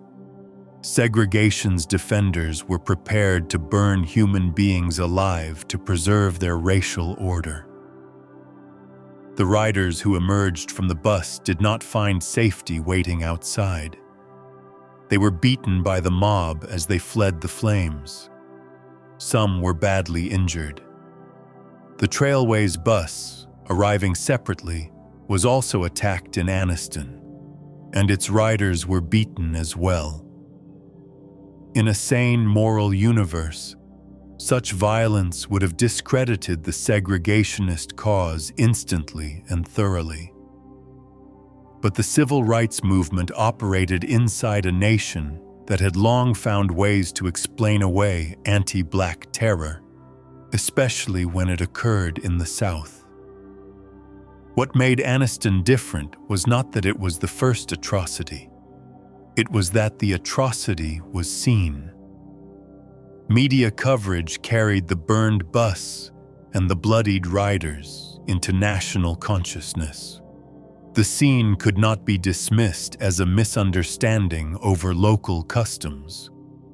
It looked exactly like what it was: mob rule in defense of white supremacy. The riders were shaken, injured, and in some cases hospitalized. Corps Director James Farmer and others confronted a brutal question. Should the rides continue, or had the violence made continuation suicidal? From one angle, ending the campaign was understandable. Human bodies had limits, and no strategy could justify martyrdom simply for its own sake. But from another angle, stopping would concede the central point that white terror could veto federal law. Diane Nash, the brilliant young student leader from Nashville, grasped this immediately. If violence could stop the rides, she argued, then the movement would teach segregationists the lesson they most wanted to learn: hit hard enough, and justice retreats. Her insistence became decisive. A new group of riders, many organized through SNCC and centered in Nashville, resolved to continue. That decision marked an important transfer of momentum inside the movement. Corps had launched the rides, but student activists now took on the burden of carrying them forward. This was not just an organizational detail. It reflected the changing center of the freedom struggle. Young people who had sat at lunch counters and filled jails were now taking their courage onto interstate highways. They were proving, again, that the movement could regenerate itself even after severe blows. The original riders had been attacked almost to the point of annihilation, yet within days, another wave was ready to step into the same danger. That continuity of commitment was one of the movement's deepest strengths. When the new riders approached Birmingham, Alabama, They entered a city already infamous for its devotion to segregation. The bus was intercepted, and the riders were arrested upon arrival for defying local segregation practices. Birmingham's white power structure was not improvising. It was defending an order it believed was essential. The city's leadership, particularly Public Safety Commissioner Bull Connor, had no intention of allowing interracial direct action to expose Birmingham as unjust unless it could first punish those who staged it. Yet even arrest worked in the riders' favor at a national level. Every detention made clearer that local authorities were not preserving neutral order. They were actively nullifying federal rights. The federal government, meanwhile, looked uneasy, cautious, and often more concerned with containing embarrassment than confronting the moral catastrophe directly. The Kennedy administration had entered office projecting youthful energy and Cold War confidence. But the Freedom Rides forced it into a dilemma. On the one hand, the administration did not want racial violence splashed across front pages at a moment when the United States was presenting itself globally as the leader of the free world. On the other hand, the White House and the Justice Department were wary of appearing to encourage civil rights confrontations that might spiral. Attorney General Robert Kennedy began intervening behind the scenes, pressuring bus companies, negotiating with governors, and trying to prevent further bloodshed. This was not yet the bold federal moral leadership many activists wanted. It was a more reluctant form of involvement, shaped by crisis management. That reluctance became tragically clear in Montgomery. After negotiations, the riders left Birmingham under police escort. But at the Montgomery city line, the protective escort vanished. When the bus entered the station, no effective local police presence was there to shield the riders. A white mob attacked with terrifying force. Men and women were beaten so badly that some suffered lasting injuries. Journalists were assaulted. Federal Justice Department Representative John Seigenthaler was himself attacked when he tried to help. What happened in Montgomery was not simply spontaneous rage. It was another illustration of how violence could be enabled by the strategic absence of state protection. The aftermath pushed the crisis to a higher level. Martin Luther King Jr., though he had not joined the rides physically, came to Montgomery and spoke at First Baptist Church in support of the riders. As he addressed the crowd, a threatening white mob gathered outside. Inside the church, hundreds were effectively trapped. King called Robert Kennedy, who assured him that federal protection would be provided. Federal marshals were sent, and tear gas was used to keep the mob back. Later, the Alabama National Guard escorted those inside to safety in the early morning. The scene mattered for several reasons at once. It showed that federal power could intervene when pressed. It showed that white mob violence was still capable of besieging a church in a major American city. And it deepened tensions within the movement over who was taking risks and who was supporting from a safer distance. Those tensions were real. Some younger activists criticized King for offering moral support, but not joining the rides himself. King replied that he was constrained in part by probation and the risk of arrest. Strategically, one can understand his caution. Emotionally, many students found it unsatisfying. They were the ones boarding the buses, entering the terminals, and taking the beatings. This tension did not erase King's importance, but it revealed that the movement was not a seamless chorus. It was a coalition of people with overlapping goals, different methods, and unequal exposures to danger. The Freedom Rides made that fact visible. After Montgomery, the rides did not stop. They turned toward Mississippi, where the strategy shifted. In Mississippi, officials had apparently decided that visible mob violence created too much negative attention. Instead, they would preserve segregation by arresting the riders swiftly and in large numbers. Jackson became the central destination. Riders entered segregated terminal spaces, refused to obey Jim Crow restrictions, and were arrested for breach of the peace or similar charges. As more activists arrived from around the country, the jails filled.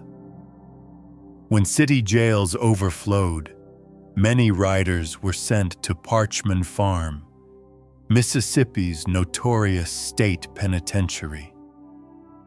The state's calculation was plain enough: bury the movement in jail and silence rather than flames and photographs.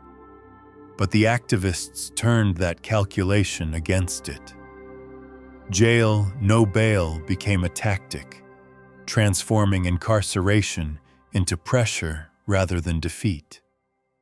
Parchman became one of the movement's grim classrooms. The riders were isolated, searched, monitored, and subjected to harsh prison conditions. Yet they continued to sing, pray, and sustain one another. This was one of the movement's recurring miracles. Ordinary human beings discovering that solidarity could survive in places built to crush it. The riders were not fearless saints untouched by dread. They were young people, many in their teens and 20s, who felt fear and carried on anyway. The jail strategy required a special kind of endurance because its drama was slower than a mob attack. There were no exploding headlines every hour. There was just time, confinement, and the state's hope that people would break. The riders did not. As the months went on, the scale of the campaign widened. The original 13 riders inspired hundreds more. Official histories note that over 400 people ultimately participated in freedom rides during 1961.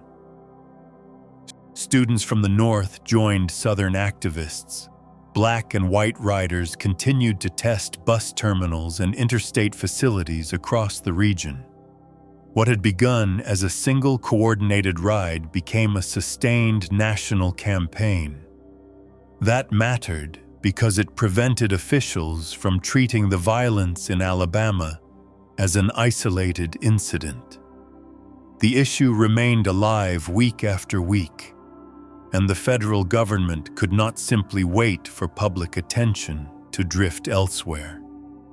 At last, under sustained pressure, the federal government moved more decisively on the policy front. On May 29, 1961, Robert Kennedy petitioned the Interstate Commerce Commission to issue regulations banning segregation in interstate travel facilities under its authority. The ICC eventually did so, and the new rules took effect on November 1, 1961. Under those regulations, interstate bus carriers and terminals had to integrate seating and remove whites-only signs from facilities serving interstate passengers. In practical terms, this was a major victory. It did not end segregation everywhere, and it did not reform Southern hearts overnight, but it changed the everyday reality of interstate travel throughout much of the South.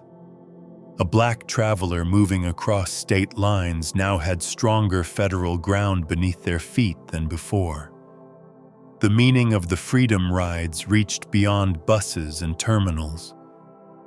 They demonstrated with extraordinary clarity how nonviolent direct action could provoke white supremacist violence in ways that made federal neutrality impossible to maintain. They showed that the movement could operate not only through local protest, but through mobile confrontation, carrying the issue from town to town until the nation had to watch. They elevated SNCC's role and deepened the generational shift already underway in the movement.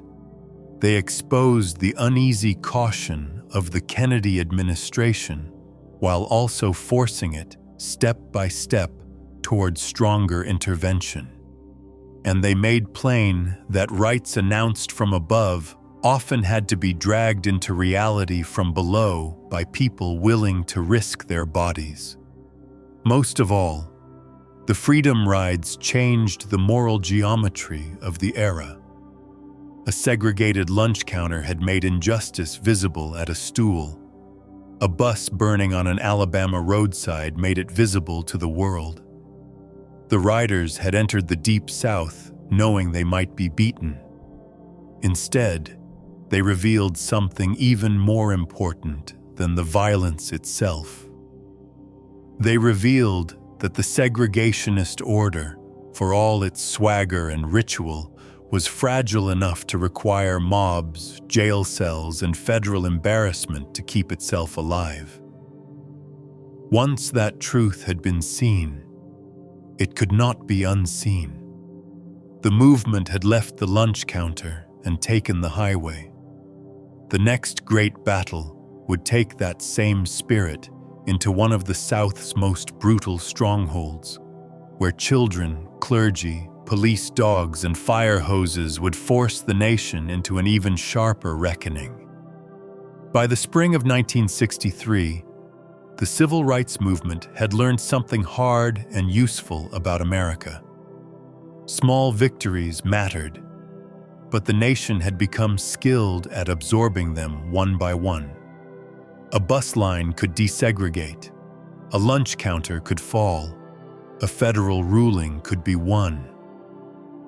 And yet the deeper structure of segregation still stood, especially in the South, where custom, police power, economic coercion, and white political unity could make legal change feel distant and incomplete.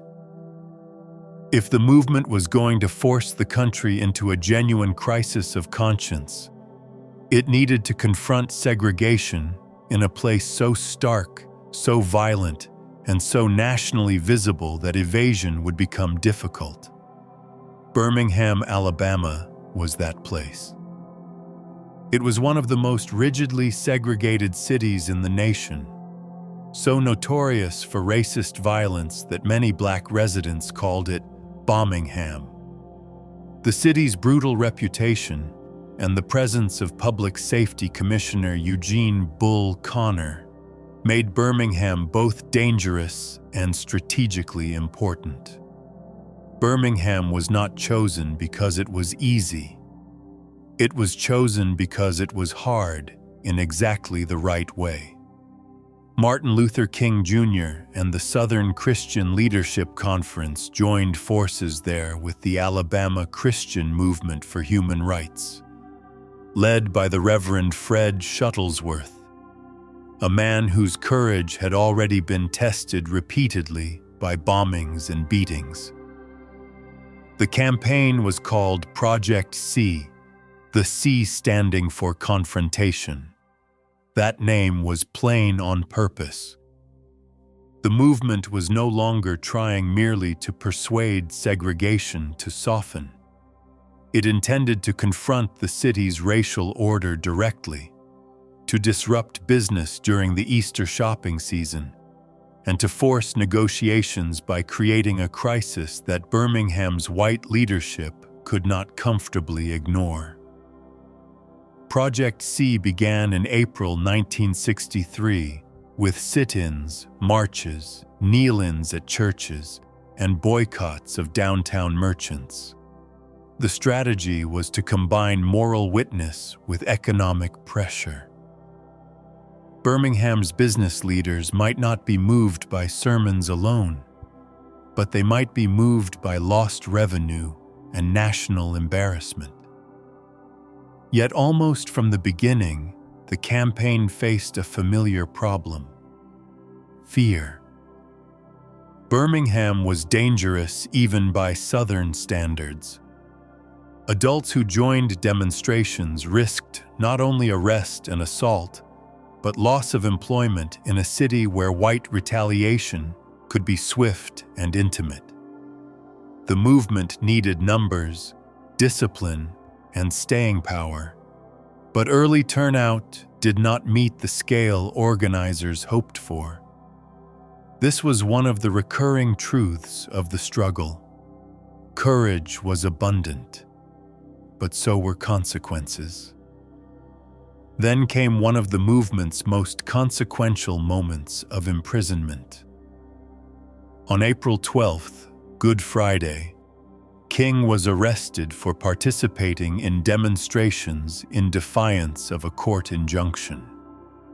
It was while confined in the Birmingham City Jail that he wrote what would become one of the central documents of American political thought, the Letter from Birmingham Jail. He wrote in response to white clergymen who had criticized the demonstrations as unwise and untimely, and questioned the presence of outsiders. King answered not only them, but a larger American habit of preferring order to justice. In the letter, he argued that waiting had too often meant never, that injustice in one place threatened justice everywhere, and that people had a moral responsibility to resist unjust laws.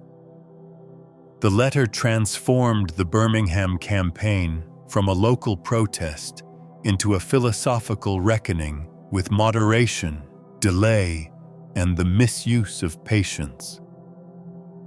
King's letter mattered because it named one of the movement's deepest frustrations. The greatest obstacle was not only the snarling segregationist or the club-wielding policeman. It was also the respectable voice counseling patients, the moderate who disliked injustice in theory, but disliked disruption more. In Birmingham, that conflict became impossible to ignore.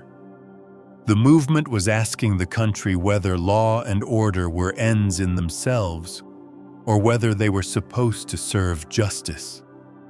If peace merely meant that black people continued to suffer quietly, while white institutions remained undisturbed, then peace was too often another name for submission. King put that truth into language that could not easily be forgotten. Still, eloquence alone could not fill the jails or break segregation. The campaign needed bodies in the streets. It needed enough sustained pressure to force Birmingham's leadership to negotiate. This led to one of the most debated and unforgettable decisions of the movement: the recruitment of young people. James Bevel, one of the movement's most creative and controversial strategists, argued that students could revitalize the campaign. Many adults had jobs and families that made arrest especially costly. School children, teenagers, and college-age youth had fewer economic ties, and many were already eager to participate. At mass meetings, organizers appealed to their sense of history and moral duty. The result was the Children's Crusade. It remains one of the most striking examples of how the civil rights movement drew strength from the very people American society often imagined as powerless. On May 2, 1963, hundreds of black school children and teenagers left the 16th Street Baptist Church in waves and marched into downtown Birmingham. Many were arrested almost immediately. Official and educational accounts note that roughly 600 or more young people were taken into custody that first day, overwhelming the city's jail capacity. Some were loaded into police wagons and school buses repurposed as transports to detention sites. What made the day so powerful was not only the scale of participation, but the image of it. Children and adolescents stepping into a confrontation adults had long carried, turning youthful bodies into the next line of nonviolent pressure. If May 2nd was astonishing, May 3rd was searing. As even more young demonstrators poured into the streets, Bull Connor escalated. Police dogs were unleashed against nonviolent marchers. Firefighters turned high-pressure hoses on children and teenagers, blasting them backward, pinning bodies against walls, rolling them along pavement, tearing clothes, and making the city look, to the watching world, less like a guardian of civilization than an enforcer of barbarism. Those images and television scenes spread quickly across the United States and around the world. Birmingham became the place where the nation could no longer pretend that segregation was merely a matter of regional preference or gradual reform. The cameras showed children facing dogs and water cannons for demanding rights that American democracy already claimed to honor. The visual power of Birmingham cannot be overstated. Earlier campaigns had mattered profoundly, but Birmingham created a new level of emotional shock. A lunch counter assault could be dismissed by some viewers as a disturbance between adults.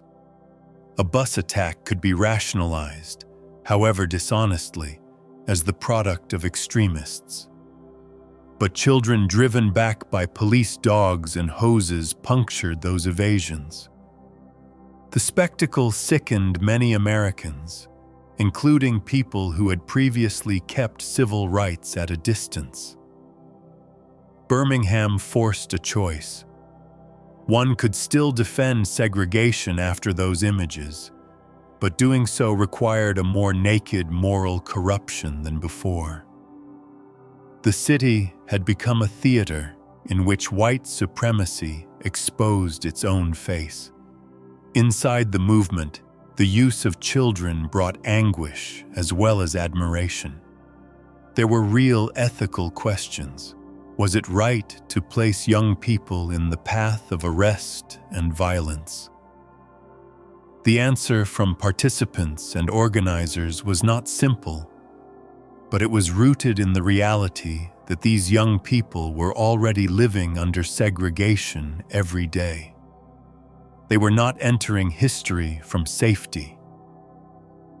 They were entering history from a world that had already marked them, constrained them, and taught them their supposed place. Many wanted to march.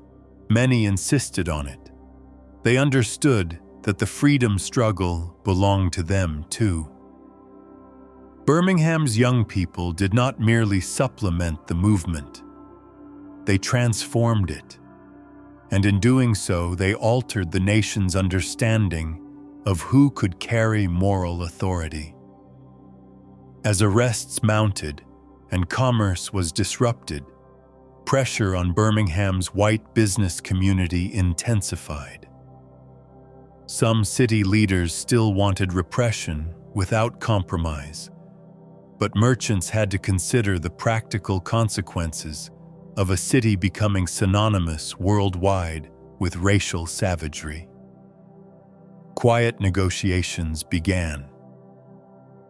On May 8th, an agreement was announced. Lunch counters, restrooms, and drinking fountains in stores would be desegregated. Discriminatory hiring and promotion practices would be discussed, and jailed demonstrators would be released on bond or bail arrangements. It was not the end of segregation, and it was not a full transformation of Birmingham's racial order, but it was a substantial breakthrough. The campaign had accomplished what it set out to do. Confrontation had forced negotiation.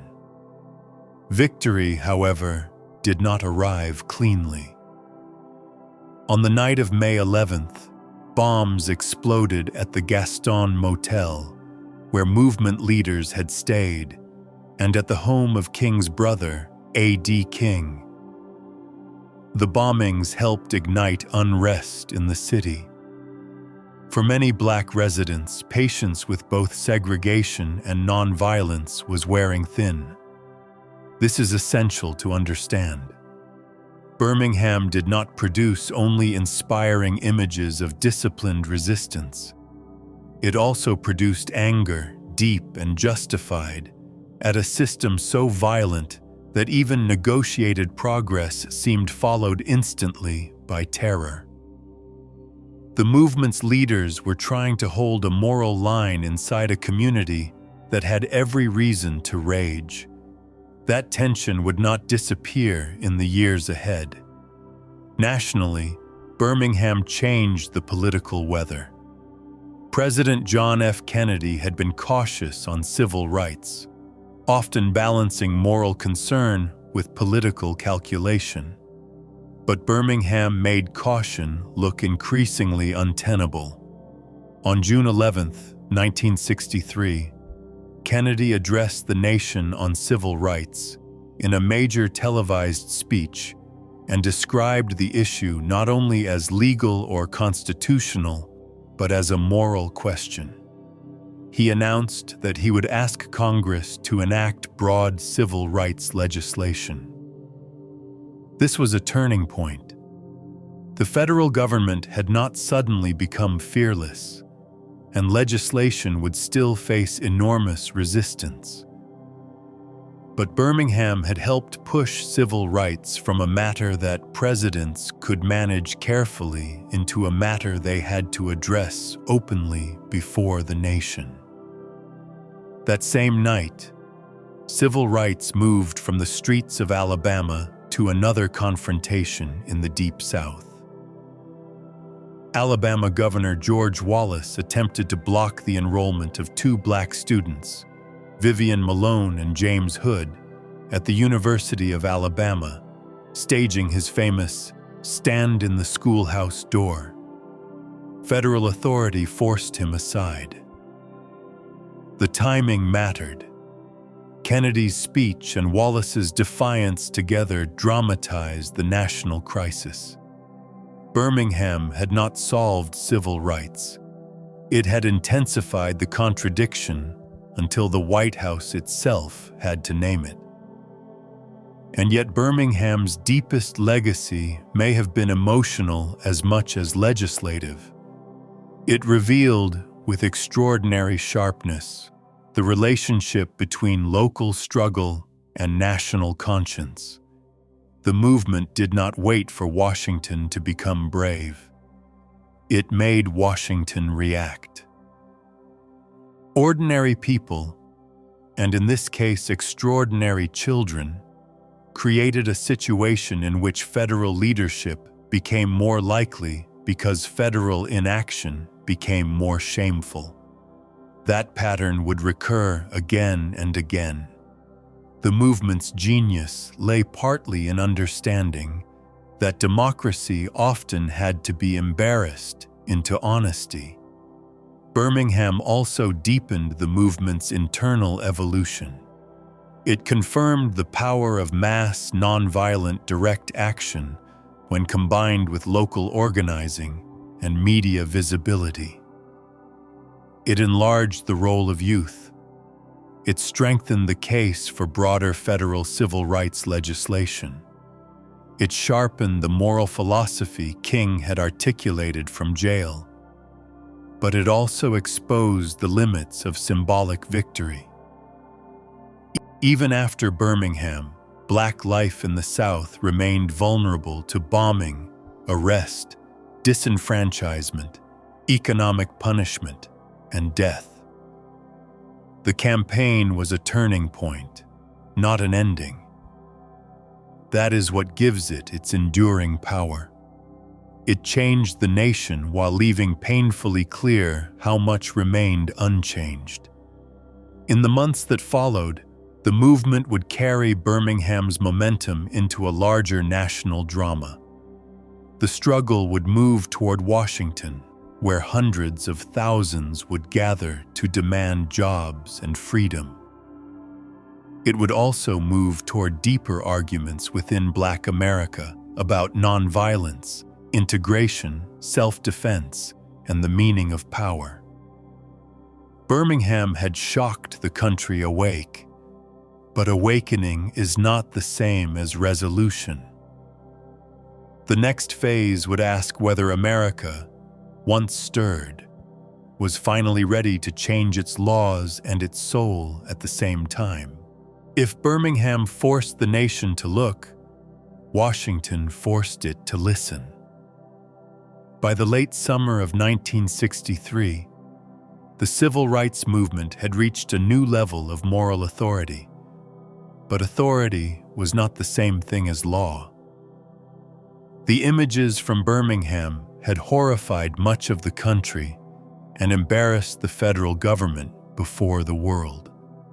President John F. Kennedy had responded in June by calling civil rights a moral issue and proposing major legislation.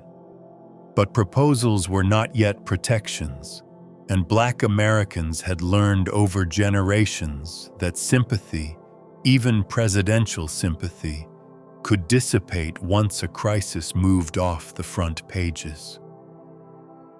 The movement needed a demonstration large enough, disciplined enough, and impossible enough to ignore that it would place the demand for federal action at the center of national life.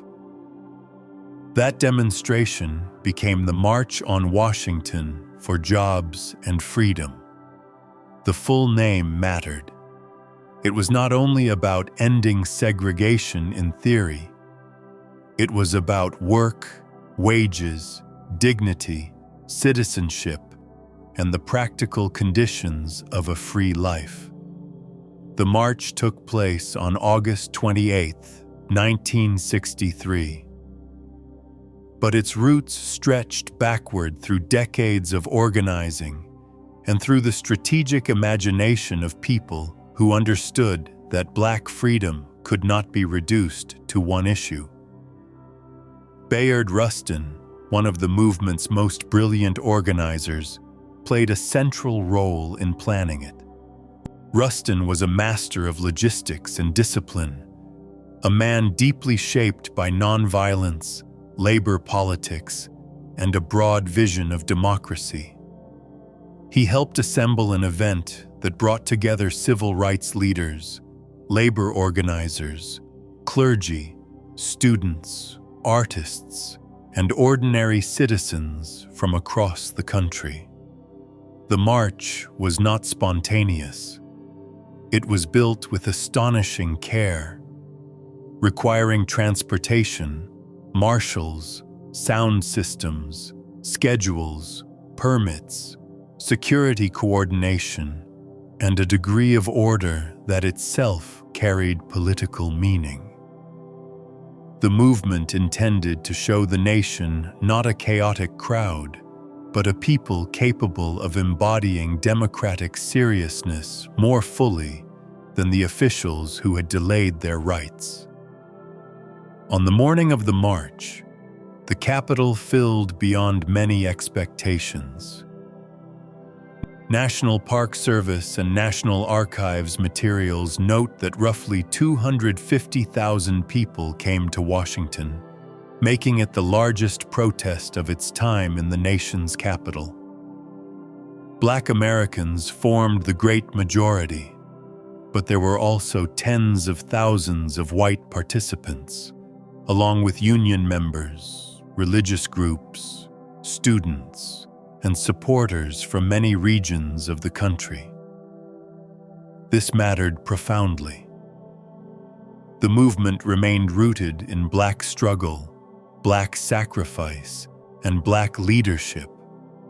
But the march also dramatized that civil rights had become a national democratic question rather than a regional grievance.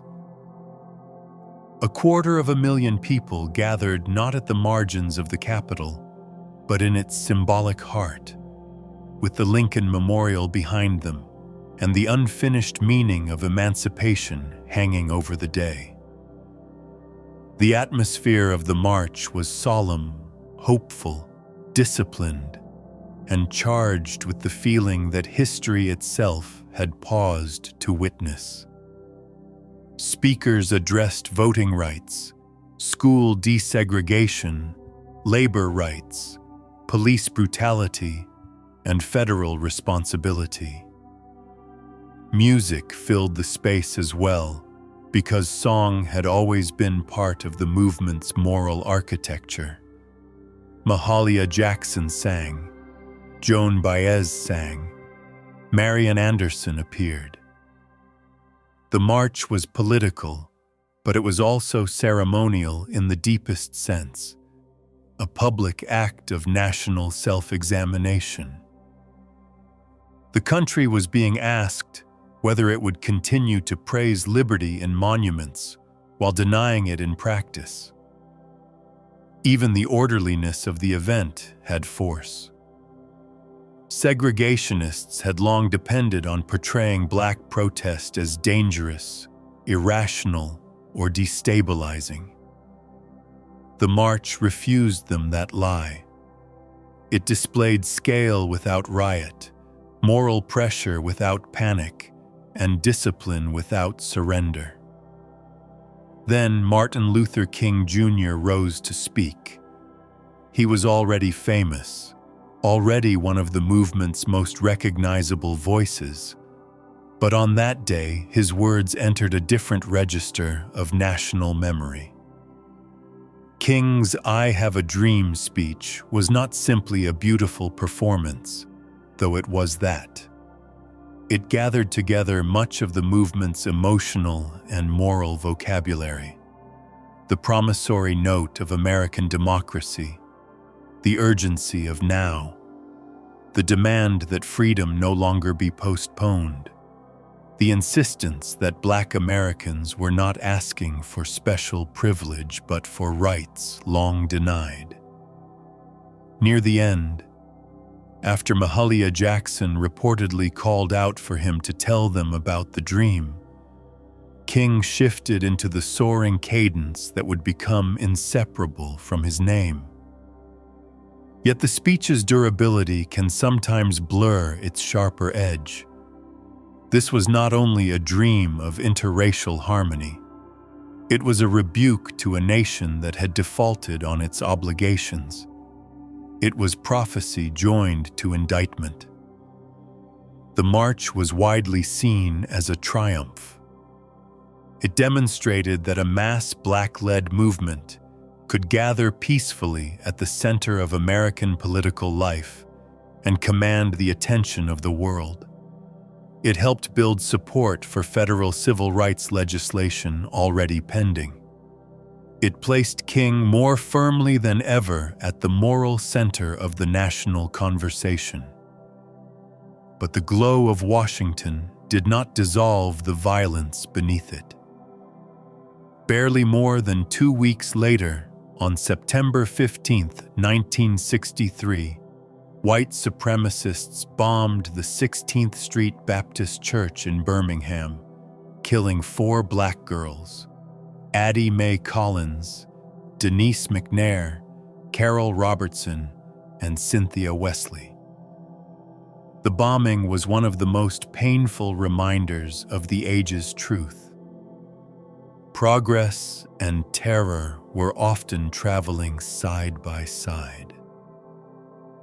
A march in Washington could summon the conscience of the nation, and still children could die in a church basement in Alabama. The movement never had the luxury of believing that eloquence alone had made the country safe. Then, before the year was over, the national political landscape changed violently. On November 22, 1963, President Kennedy was assassinated in Dallas. For the movement, the loss was complicated. Kennedy had moved more slowly than many activists wanted, and his civil rights record had often been cautious. But he had, by 1963, committed himself publicly to major legislation. His death introduced uncertainty. Would his successor continue that effort, weaken it, or let it sink beneath other priorities? The answer came from Lyndon B. Johnson, who understood power in Congress more intimately than Kennedy had, and who also understood the symbolic force of finishing what Kennedy had proposed. Johnson used the slain president's memory as part of his argument, but he also brought his own legislative skill and fierce political will to the fight. The Civil Rights Bill, once precarious, now moved through a new and grueling phase. The battle in Congress was intense. Southern senators resisted bitterly, deploying one of the longest filibusters in Senate history to try to block the bill. Supporters needed not just moral language, but votes, procedures, and coalition building. Senate history materials note that the bill's managers worked to gather the support necessary for cloture, the procedure that would end debate and allow a final vote. This was not glamorous work. It was slow, tactical, institutional, and indispensable. The civil rights movement had forced the issue into national crisis. Now the legislative machinery of the state had to be turned under pressure toward change. On June 10, 1964, the Senate voted for cloture, a landmark victory against the filibuster. Soon after, the Senate passed the bill, and on July 2, 1964, President Johnson signed the Civil Rights Act into law. The Civil Rights Act of 1964 was one of the great legislative achievements in American history. National Archives materials describe it as the most sweeping civil rights legislation since Reconstruction. It prohibited discrimination in public accommodations, provided tools for enforcing school desegregation, strengthened the federal government's ability to challenge unequal treatment, and made employment discrimination illegal. In one sense, the law was exactly what the movement had demanded for years: federal recognition that segregation and discrimination were not merely unfortunate customs, but violations requiring national remedy. In another sense, the law revealed the gap that still remained between statute and lived reality. A law could ban discrimination, but it could not instantly remove fear from a Mississippi courthouse, erase white violence from a rural road, or create political power for people still blocked from the ballot box. The law mattered enormously, and it was still not enough. That not enough became painfully clear in Mississippi during Freedom Summer in 1964. If Washington represented the movement at its most visible and ceremonially national, Mississippi represented it at its most perilous and local. Civil rights workers, many of them connected to SNCC and CORE, organized a massive summer project focused on voter registration, freedom schools, community centers, and the Mississippi Freedom Democratic Party, or MFDP. Mississippi remained perhaps the starkest symbol of Black disenfranchisement in the South. Black citizens formed a huge share of the population, yet only a tiny percentage were registered to vote in many areas because the entire apparatus of white power had been designed to prevent it. Freedom Summer was an effort not just to protest exclusion, but to build an alternative political reality in the place where exclusion was most entrenched. Almost immediately, the danger announced itself. In June 1964, 3 civil rights workers associated with the Mississippi Project, James Chaney, Andrew Goodman, and Michael Schwerner, disappeared after investigating the burning of a Black church near Philadelphia, Mississippi. Their bodies were later found buried in an earthen dam. They had been murdered by white supremacists with the involvement of local law enforcement. The killings shocked the nation, partly because the victims included 2 white Northerners, which exposed once again how national attention often sharpened when white bodies joined Black suffering. But the murders were also consistent with what Mississippi's Black communities already knew. This was the landscape in which they had been asked, year after year, to risk registering, speaking, organizing, and claiming citizenship. Freedom Summer was not entering violence. It was entering a place where violence had long been the silent partner of politics. Yet the work continued. Freedom schools taught Black history, civics, literacy, and political dignity to young people who had often been denied truthful education. Organizers knocked on doors, held meetings, and encouraged local residents to take risks that outside volunteers could not fully share, because the locals would remain after summer ended. This was one of SNCAC's deepest contributions to the movement, its commitment to building durable local leadership rather than simply staging dramatic events. Freedom Summer was not only about registering voters in the formal sense. It was about teaching people and reminding them that they were political beings whose exclusion had been engineered, not earned. Out of that effort came the Mississippi Freedom Democratic Party, formed in 1964 to challenge the legitimacy of Mississippi's all-white Democratic delegation at the National Convention in Atlantic City. The MFDP's claim was both practical and moral. How could an officially segregated, exclusionary state party credibly represent Mississippi in the National Democratic Party, especially when Black citizens had been systematically denied participation? The challenge carried the movement into one of the most revealing confrontations of the decade, because it forced Northern liberals and party leaders to decide whether their sympathy extended to sharing real political space. At the convention, Fannie Lou Hamer emerged as one of the defining voices of the era.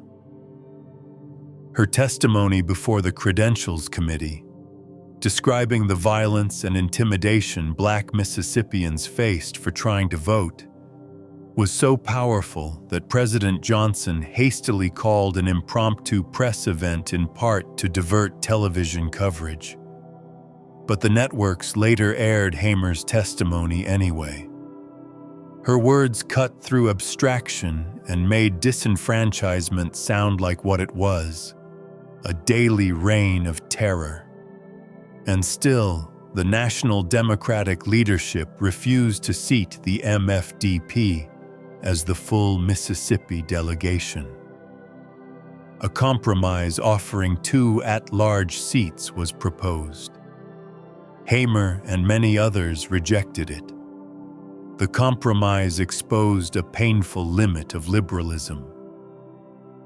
National leaders wanted the moral prestige of supporting civil rights, but many recoiled when support threatened established political arrangements. For SNCC and younger activists especially, Atlantic City was devastating. It suggested that even after marches, deaths, speeches, and new laws, the machinery of national politics still preferred symbolic adjustment to structural honesty. The movement had won the Civil Rights Act, yet in Mississippi, the vote remained effectively obstructed, and at the convention, the fully democratic claim of black citizens had still been partially denied. This sense of betrayal would have lasting consequences. It was in this widening space between law and lived power, between national praise and local vulnerability, that Malcolm X became an even more significant figure. For much of the earlier movement, Malcolm had stood apart from the mainstream civil rights leadership, especially from Martin Luther King Jr.'s integrationist and nonviolent vision. As a minister in the Nation of Islam, Malcolm X had condemned white America with a bluntness that many black listeners found clarifying and many white listeners found frightening. He spoke not of patient integration, but of black dignity, self-respect, self-defense, and the right to reject the demand for endless suffering in the hope of moral conversion. He ridiculed the idea that black people should love those who beat and humiliate them without also insisting on power. For many in the press and political establishment, Malcolm served as King's opposite, a harder voice against a softer one. But this contrast, though real, was never as simple as popular memory often makes it. In 1964, Malcolm's own political and spiritual life changed dramatically. He left the Nation of Islam in March, founded Muslim Mosque, Incorporated, and after his pilgrimage to Mecca underwent an important transformation. Britannica notes that during and after this period, he embraced Sunni Islam and increasingly argued in more international terms, linking the condition of Black Americans to global struggles against colonialism and oppression. He began to move from a narrower separatist frame toward a broader human rights approach, though he never abandoned his insistence on Black self-respect or his skepticism toward white liberal promises. This evolution matters because it shows Malcolm not as a static counter-symbol to King, but as a thinker in motion, one whose final year opened possibilities that would echo deeply in the later Black Power era. Malcolm's growing influence reflected real tensions inside Black America. Nonviolence had achieved extraordinary things, but it had also demanded repeated exposure to brutality.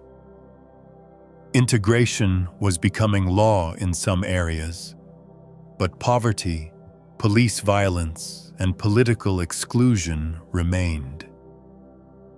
Many Black Americans, especially in northern cities, did not experience the movement primarily through lunch counters and courthouse victories. They experienced overcrowded housing, job discrimination, underfunded schools, and aggressive policing. Malcolm spoke directly to anger that did not always find full expression in the Southern Christian rhetoric of redemption. He told listeners they did not have to apologize for wanting dignity on their own terms. He was not the movement's opposite. He was one of the voices through which the movement's unfinished questions were being heard. By the end of 1964, then, the civil rights movement stood in a place of extraordinary achievement and mounting strain. It had brought 250,000 people to Washington. It had helped inspire the most important civil rights law in generations. It had exposed the terror of Mississippi and the hypocrisy of National Party politics. It had elevated Fannie Lou Hamer, deepened SNCCC's radicalization, and sharpened the national contrast between legislative triumph and local danger.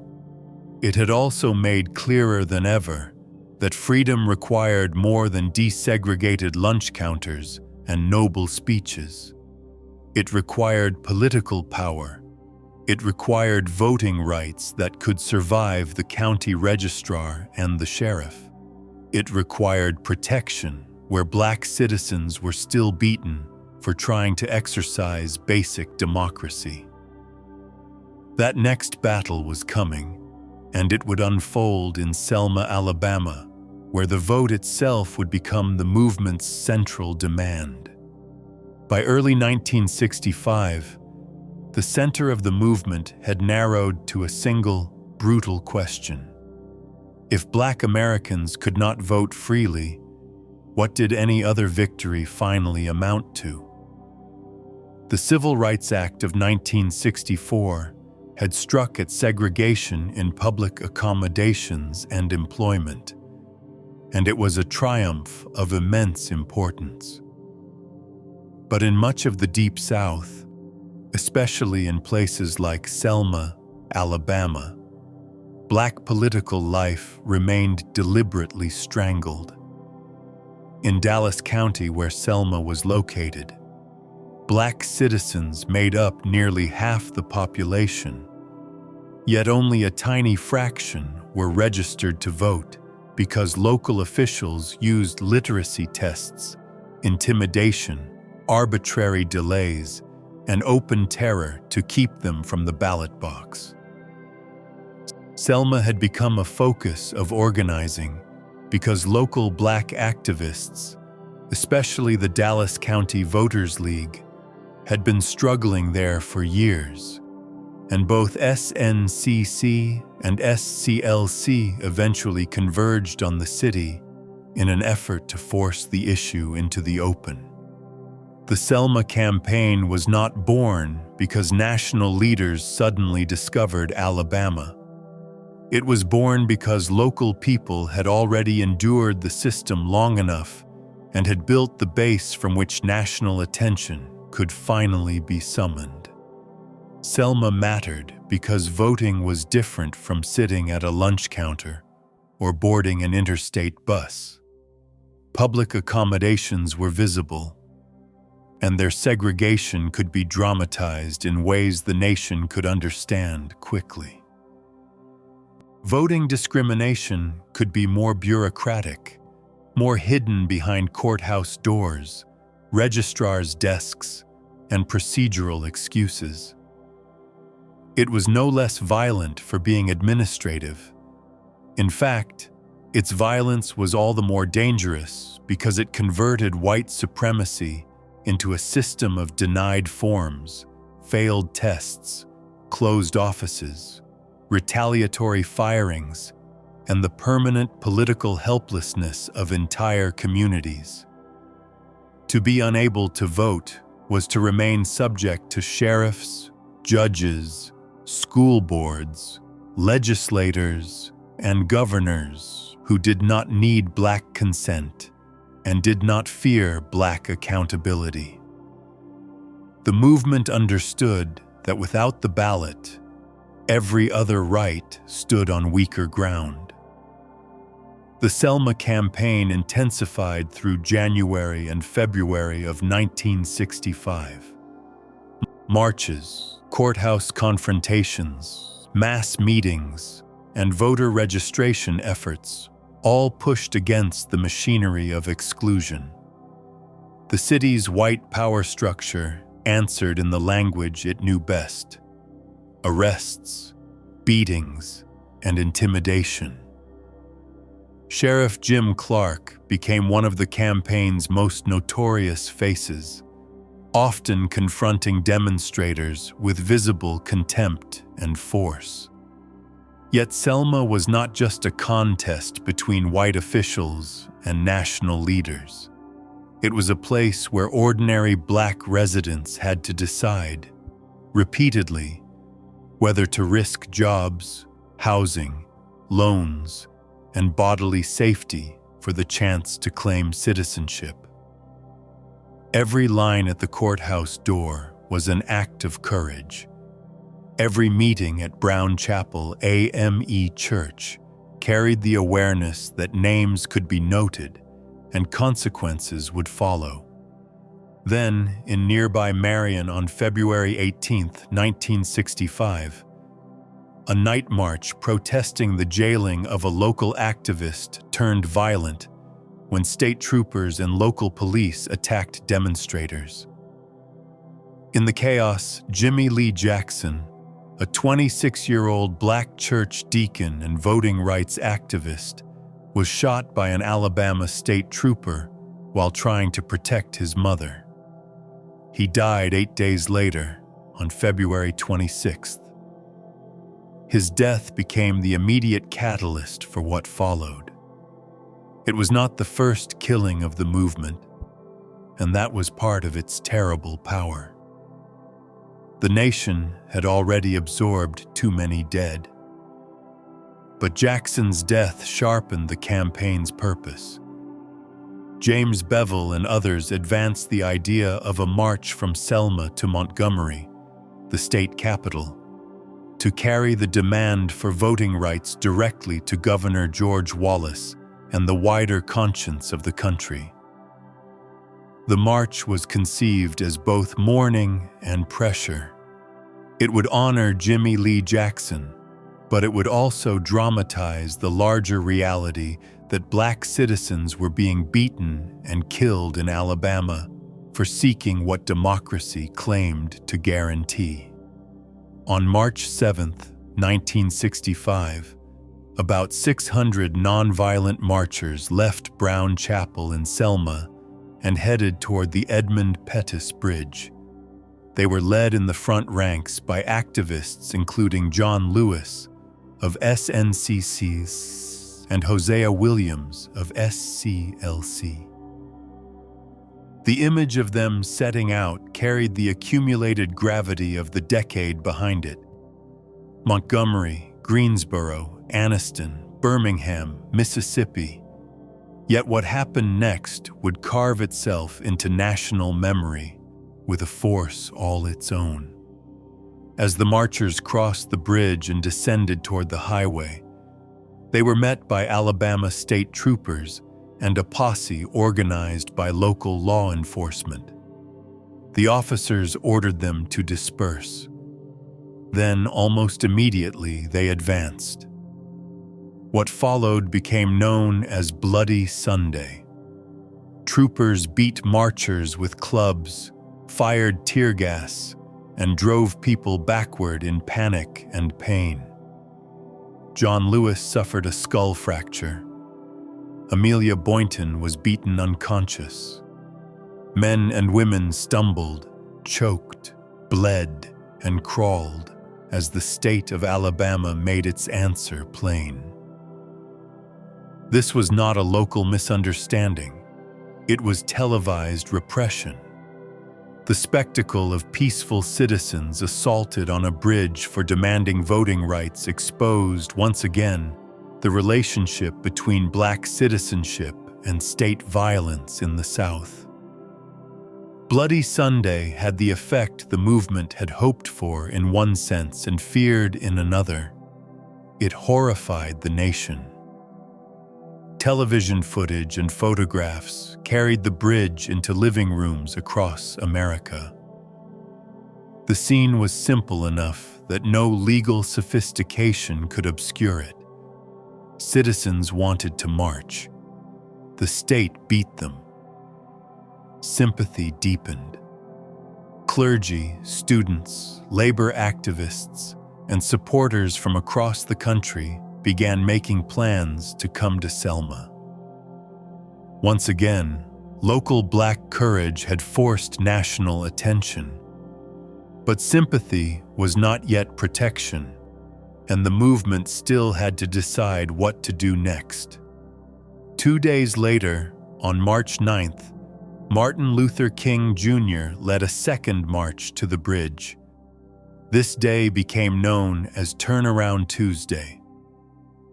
Because a federal court had not yet authorized a full march to Montgomery, King stopped the demonstrators at the bridge, knelt in prayer, and turned them back. Strategically, the decision reflected the movement's attempt to maintain legal and moral positioning while awaiting a federal ruling. Emotionally, it was far more difficult. Some younger activists, especially in SNCC, were frustrated. They felt the movement had yielded momentum at the very point where courage demanded continuation. This tension mattered, because by 1965 the movement was no longer unified simply by shared enemies. It was also wrestling internally with differences over leadership, timing, risk, and the limits of symbolic confrontation. That night brought another death. James Reeb, a white Unitarian minister from Boston, who had come to Selma in solidarity, was attacked by white men and later died from his injuries. His murder intensified public outrage. The cruel truth, as many Black activists understood all too well, was that white death often drew a national response faster than Black death had. That did not make Reeb's sacrifice less real. It made the country's moral habits more revealing. Selma was exposing not only Alabama's brutality, but the uneven mechanics of national empathy. Then the struggle moved decisively into Washington. On March 15, 1965, President Lyndon B. Johnson addressed a joint session of Congress and the nation, declaring that the denial of voting rights to Black citizens was intolerable and that a voting rights bill would be sent to Congress. In one of the most famous moments of presidential rhetoric in American history, Johnson invoked the movement's own words, saying, "We shall overcome."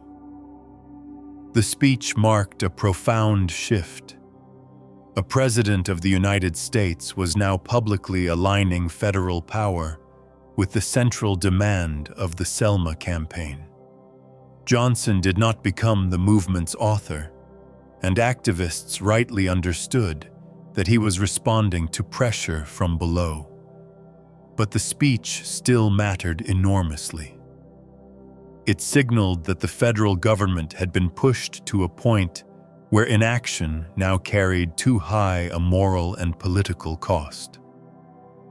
Soon after, Federal District Judge Frank M. Johnson ruled that the marchers had a constitutional right to proceed. On March 21st, under federal protection, the final Selma to Montgomery march began. Over the next several days, marchers moved along the 54-mile route through Lowndes County toward the capital. The number of participants grew as they advanced. By the time they reached Montgomery on March 25th, thousands were present. The march had become not just an Alabama event, but a national pilgrimage of democratic insistence. At the Alabama state capitol, King delivered his "How long, not long" speech, declaring that the arc of the moral universe bends toward justice, not because it does so automatically, but because people bend it through struggle. Even this culminating success came stained with blood. Viola Liuzzo, a white Detroit activist who had come to support the march, was murdered by Klansmen while driving marchers after the event. Her killing was another reminder that the road to voting rights was being marked not only by speeches and court rulings, but by graves. Selma was a victory, but like so many victories in the movement, it was achieved inside a climate where white terror remained willing to answer democratic claims with death. On August 6, 1965, Johnson signed the Voting Rights Act into law. It was one of the most powerful pieces of democratic legislation in American history. Congress and National Archives materials describe the act as outlawing literacy tests and authorizing federal examiners and stronger federal oversight in jurisdictions with histories of voting discrimination. In practical terms, the law shifted power away from the local officials who had spent decades manipulating registration and toward the federal government's capacity to enforce the 15th Amendment. This was the breakthrough Selma had forced. If local registrars and sheriffs could not be trusted to honor Black citizenship, then federal power would have to step in more directly. The act worked. In the years that followed, Black voter registration rose dramatically across much of the South, and Black political participation began to alter local and state politics in ways that had been systematically blocked since the end of Reconstruction. More Black elected officials emerged. County structures changed. The long night of total disfranchisement was not instantly over, but it had been decisively broken. Among the movement's legislative victories, the Voting Rights Act stands as perhaps the clearest example of protest translated into enduring democratic machinery. And yet Selma was also, in another sense, the beginning of a different phase rather than the clean ending of one. The passage of the Voting Rights Act coincided with growing unrest in northern and western cities, where segregation often wore a different face. There, the central grievances were not always lunch counters or courthouse registrars, but police brutality, discriminatory housing, unequal schools, unemployment, and urban neglect. In August 1965, only days after the Voting Rights Act became law, the Watts uprising erupted in Los Angeles after a police encounter escalated into days of unrest. For many Americans, especially white moderates, this was bewildering. Had not the movement just won? But that question itself exposed a limitation in how the country had understood civil rights. Law mattered. Voting mattered. Yet freedom was larger than formal access. The ghetto, the slum, the landlord, the underfunded school, and the policeman's club were also part of the American racial order. Inside the movement, those realities intensified debates that had already been growing. SNCC, shaped by years of rural organizing, jailings, betrayals, and slow federal response, became increasingly skeptical of interracial idealism that did not alter power. The disappointment of the 1964 Democratic Convention, the strain of Mississippi, and the frustrations of continued poverty all fed a sharper mood. By 1966, during the Meredith March Against Fear, Stokely Carmichael gave public voice to the phrase "Black Power," and it spread rapidly because it named something many had been feeling. That dignity required not only moral appeal, but control over community, politics, and self-definition. Black power meant different things to different people, from electoral independence to cultural pride to self-defense. But its rise signaled that the movement was changing. It was not abandoning the demand for justice. It was asking whether justice could be secured through appeals to national conscience alone. Martin Luther King Jr. changed too. Popular memory often freezes him in 1963 at the Lincoln Memorial, as though his final years were merely an extension of that hopeful clarity. They were not.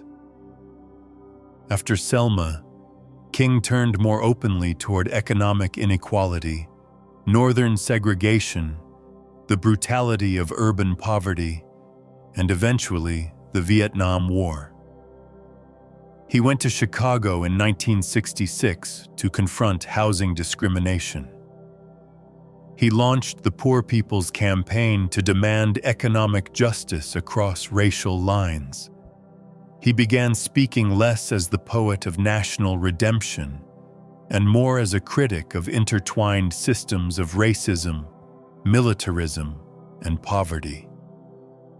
That evolution made him more radical than many who celebrated the dream speech were prepared to accept. The movement's later years were not a departure from its earlier morality. They were the deepening of it. Malcolm X did not live to see Selma or the Voting Rights Act. He was assassinated on February 21, 1965. Only weeks before Bloody Sunday. But his influence deepened afterward.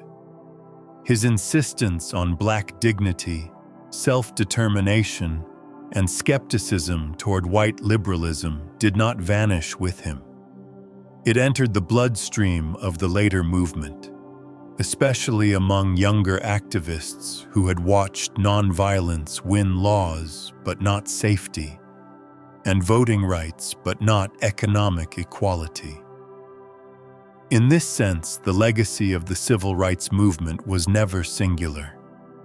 It was always braided from multiple traditions: Christian nonviolence, constitutional litigation, labor struggle, grassroots organizing, Black nationalism, self-defense thought, youth militancy, women's leadership, and the long patience of local communities. By 1968, the movement had entered one of its darkest passages. The Fair Housing Act was passed in April 1968, addressing housing discrimination after years of struggle, but it came in the shadow of King's assassination on April 4th in Memphis, where he had gone to support striking sanitation workers. His death triggered grief, rage, and uprisings in cities across the country. It also seemed, to many, to close the most publicly hopeful chapter of the movement. Yet even here, the deeper truth of the era remained.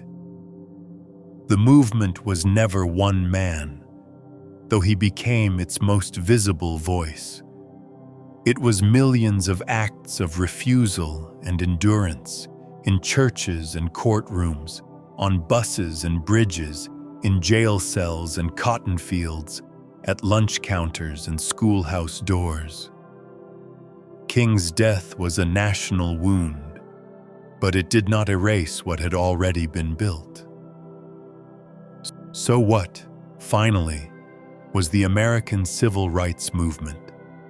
It was a struggle to force the United States to confront the distance between its founding language and its lived reality. It dismantled legal segregation, secured transformative federal legislation, expanded Black political power, and altered the moral vocabulary of the nation. But it was also a struggle that revealed the limits of law by itself. The end of formal Jim Crow did not end racial inequality. The right to vote did not end poverty. Court victories did not end police violence. Desegregation did not dissolve residential separation, educational disparity, or economic exclusion. The movement succeeded magnificently, and the society it changed still carried forward many of the inequities it had fought. That is not a contradiction. It is the history. Its deepest legacy may be this: it proved that ordinary people, when organized, morally clear, and willing to endure, can move institutions that seem immovable. It showed that constitutional promises are not self-executing. They must be claimed, tested, defended, and sometimes paid for dearly. It taught the nation that democracy is not a finished inheritance, but a contested practice. In Black churches, on Alabama roads, in Mississippi jails, in student meetings, at the foot of the Lincoln Memorial, and on the span of the Edmund Pettus Bridge, Americans remade the meaning of citizenship by insisting that the country answer to its own ideals. And because they did, the story of the United States could never again be told honestly without them at its center.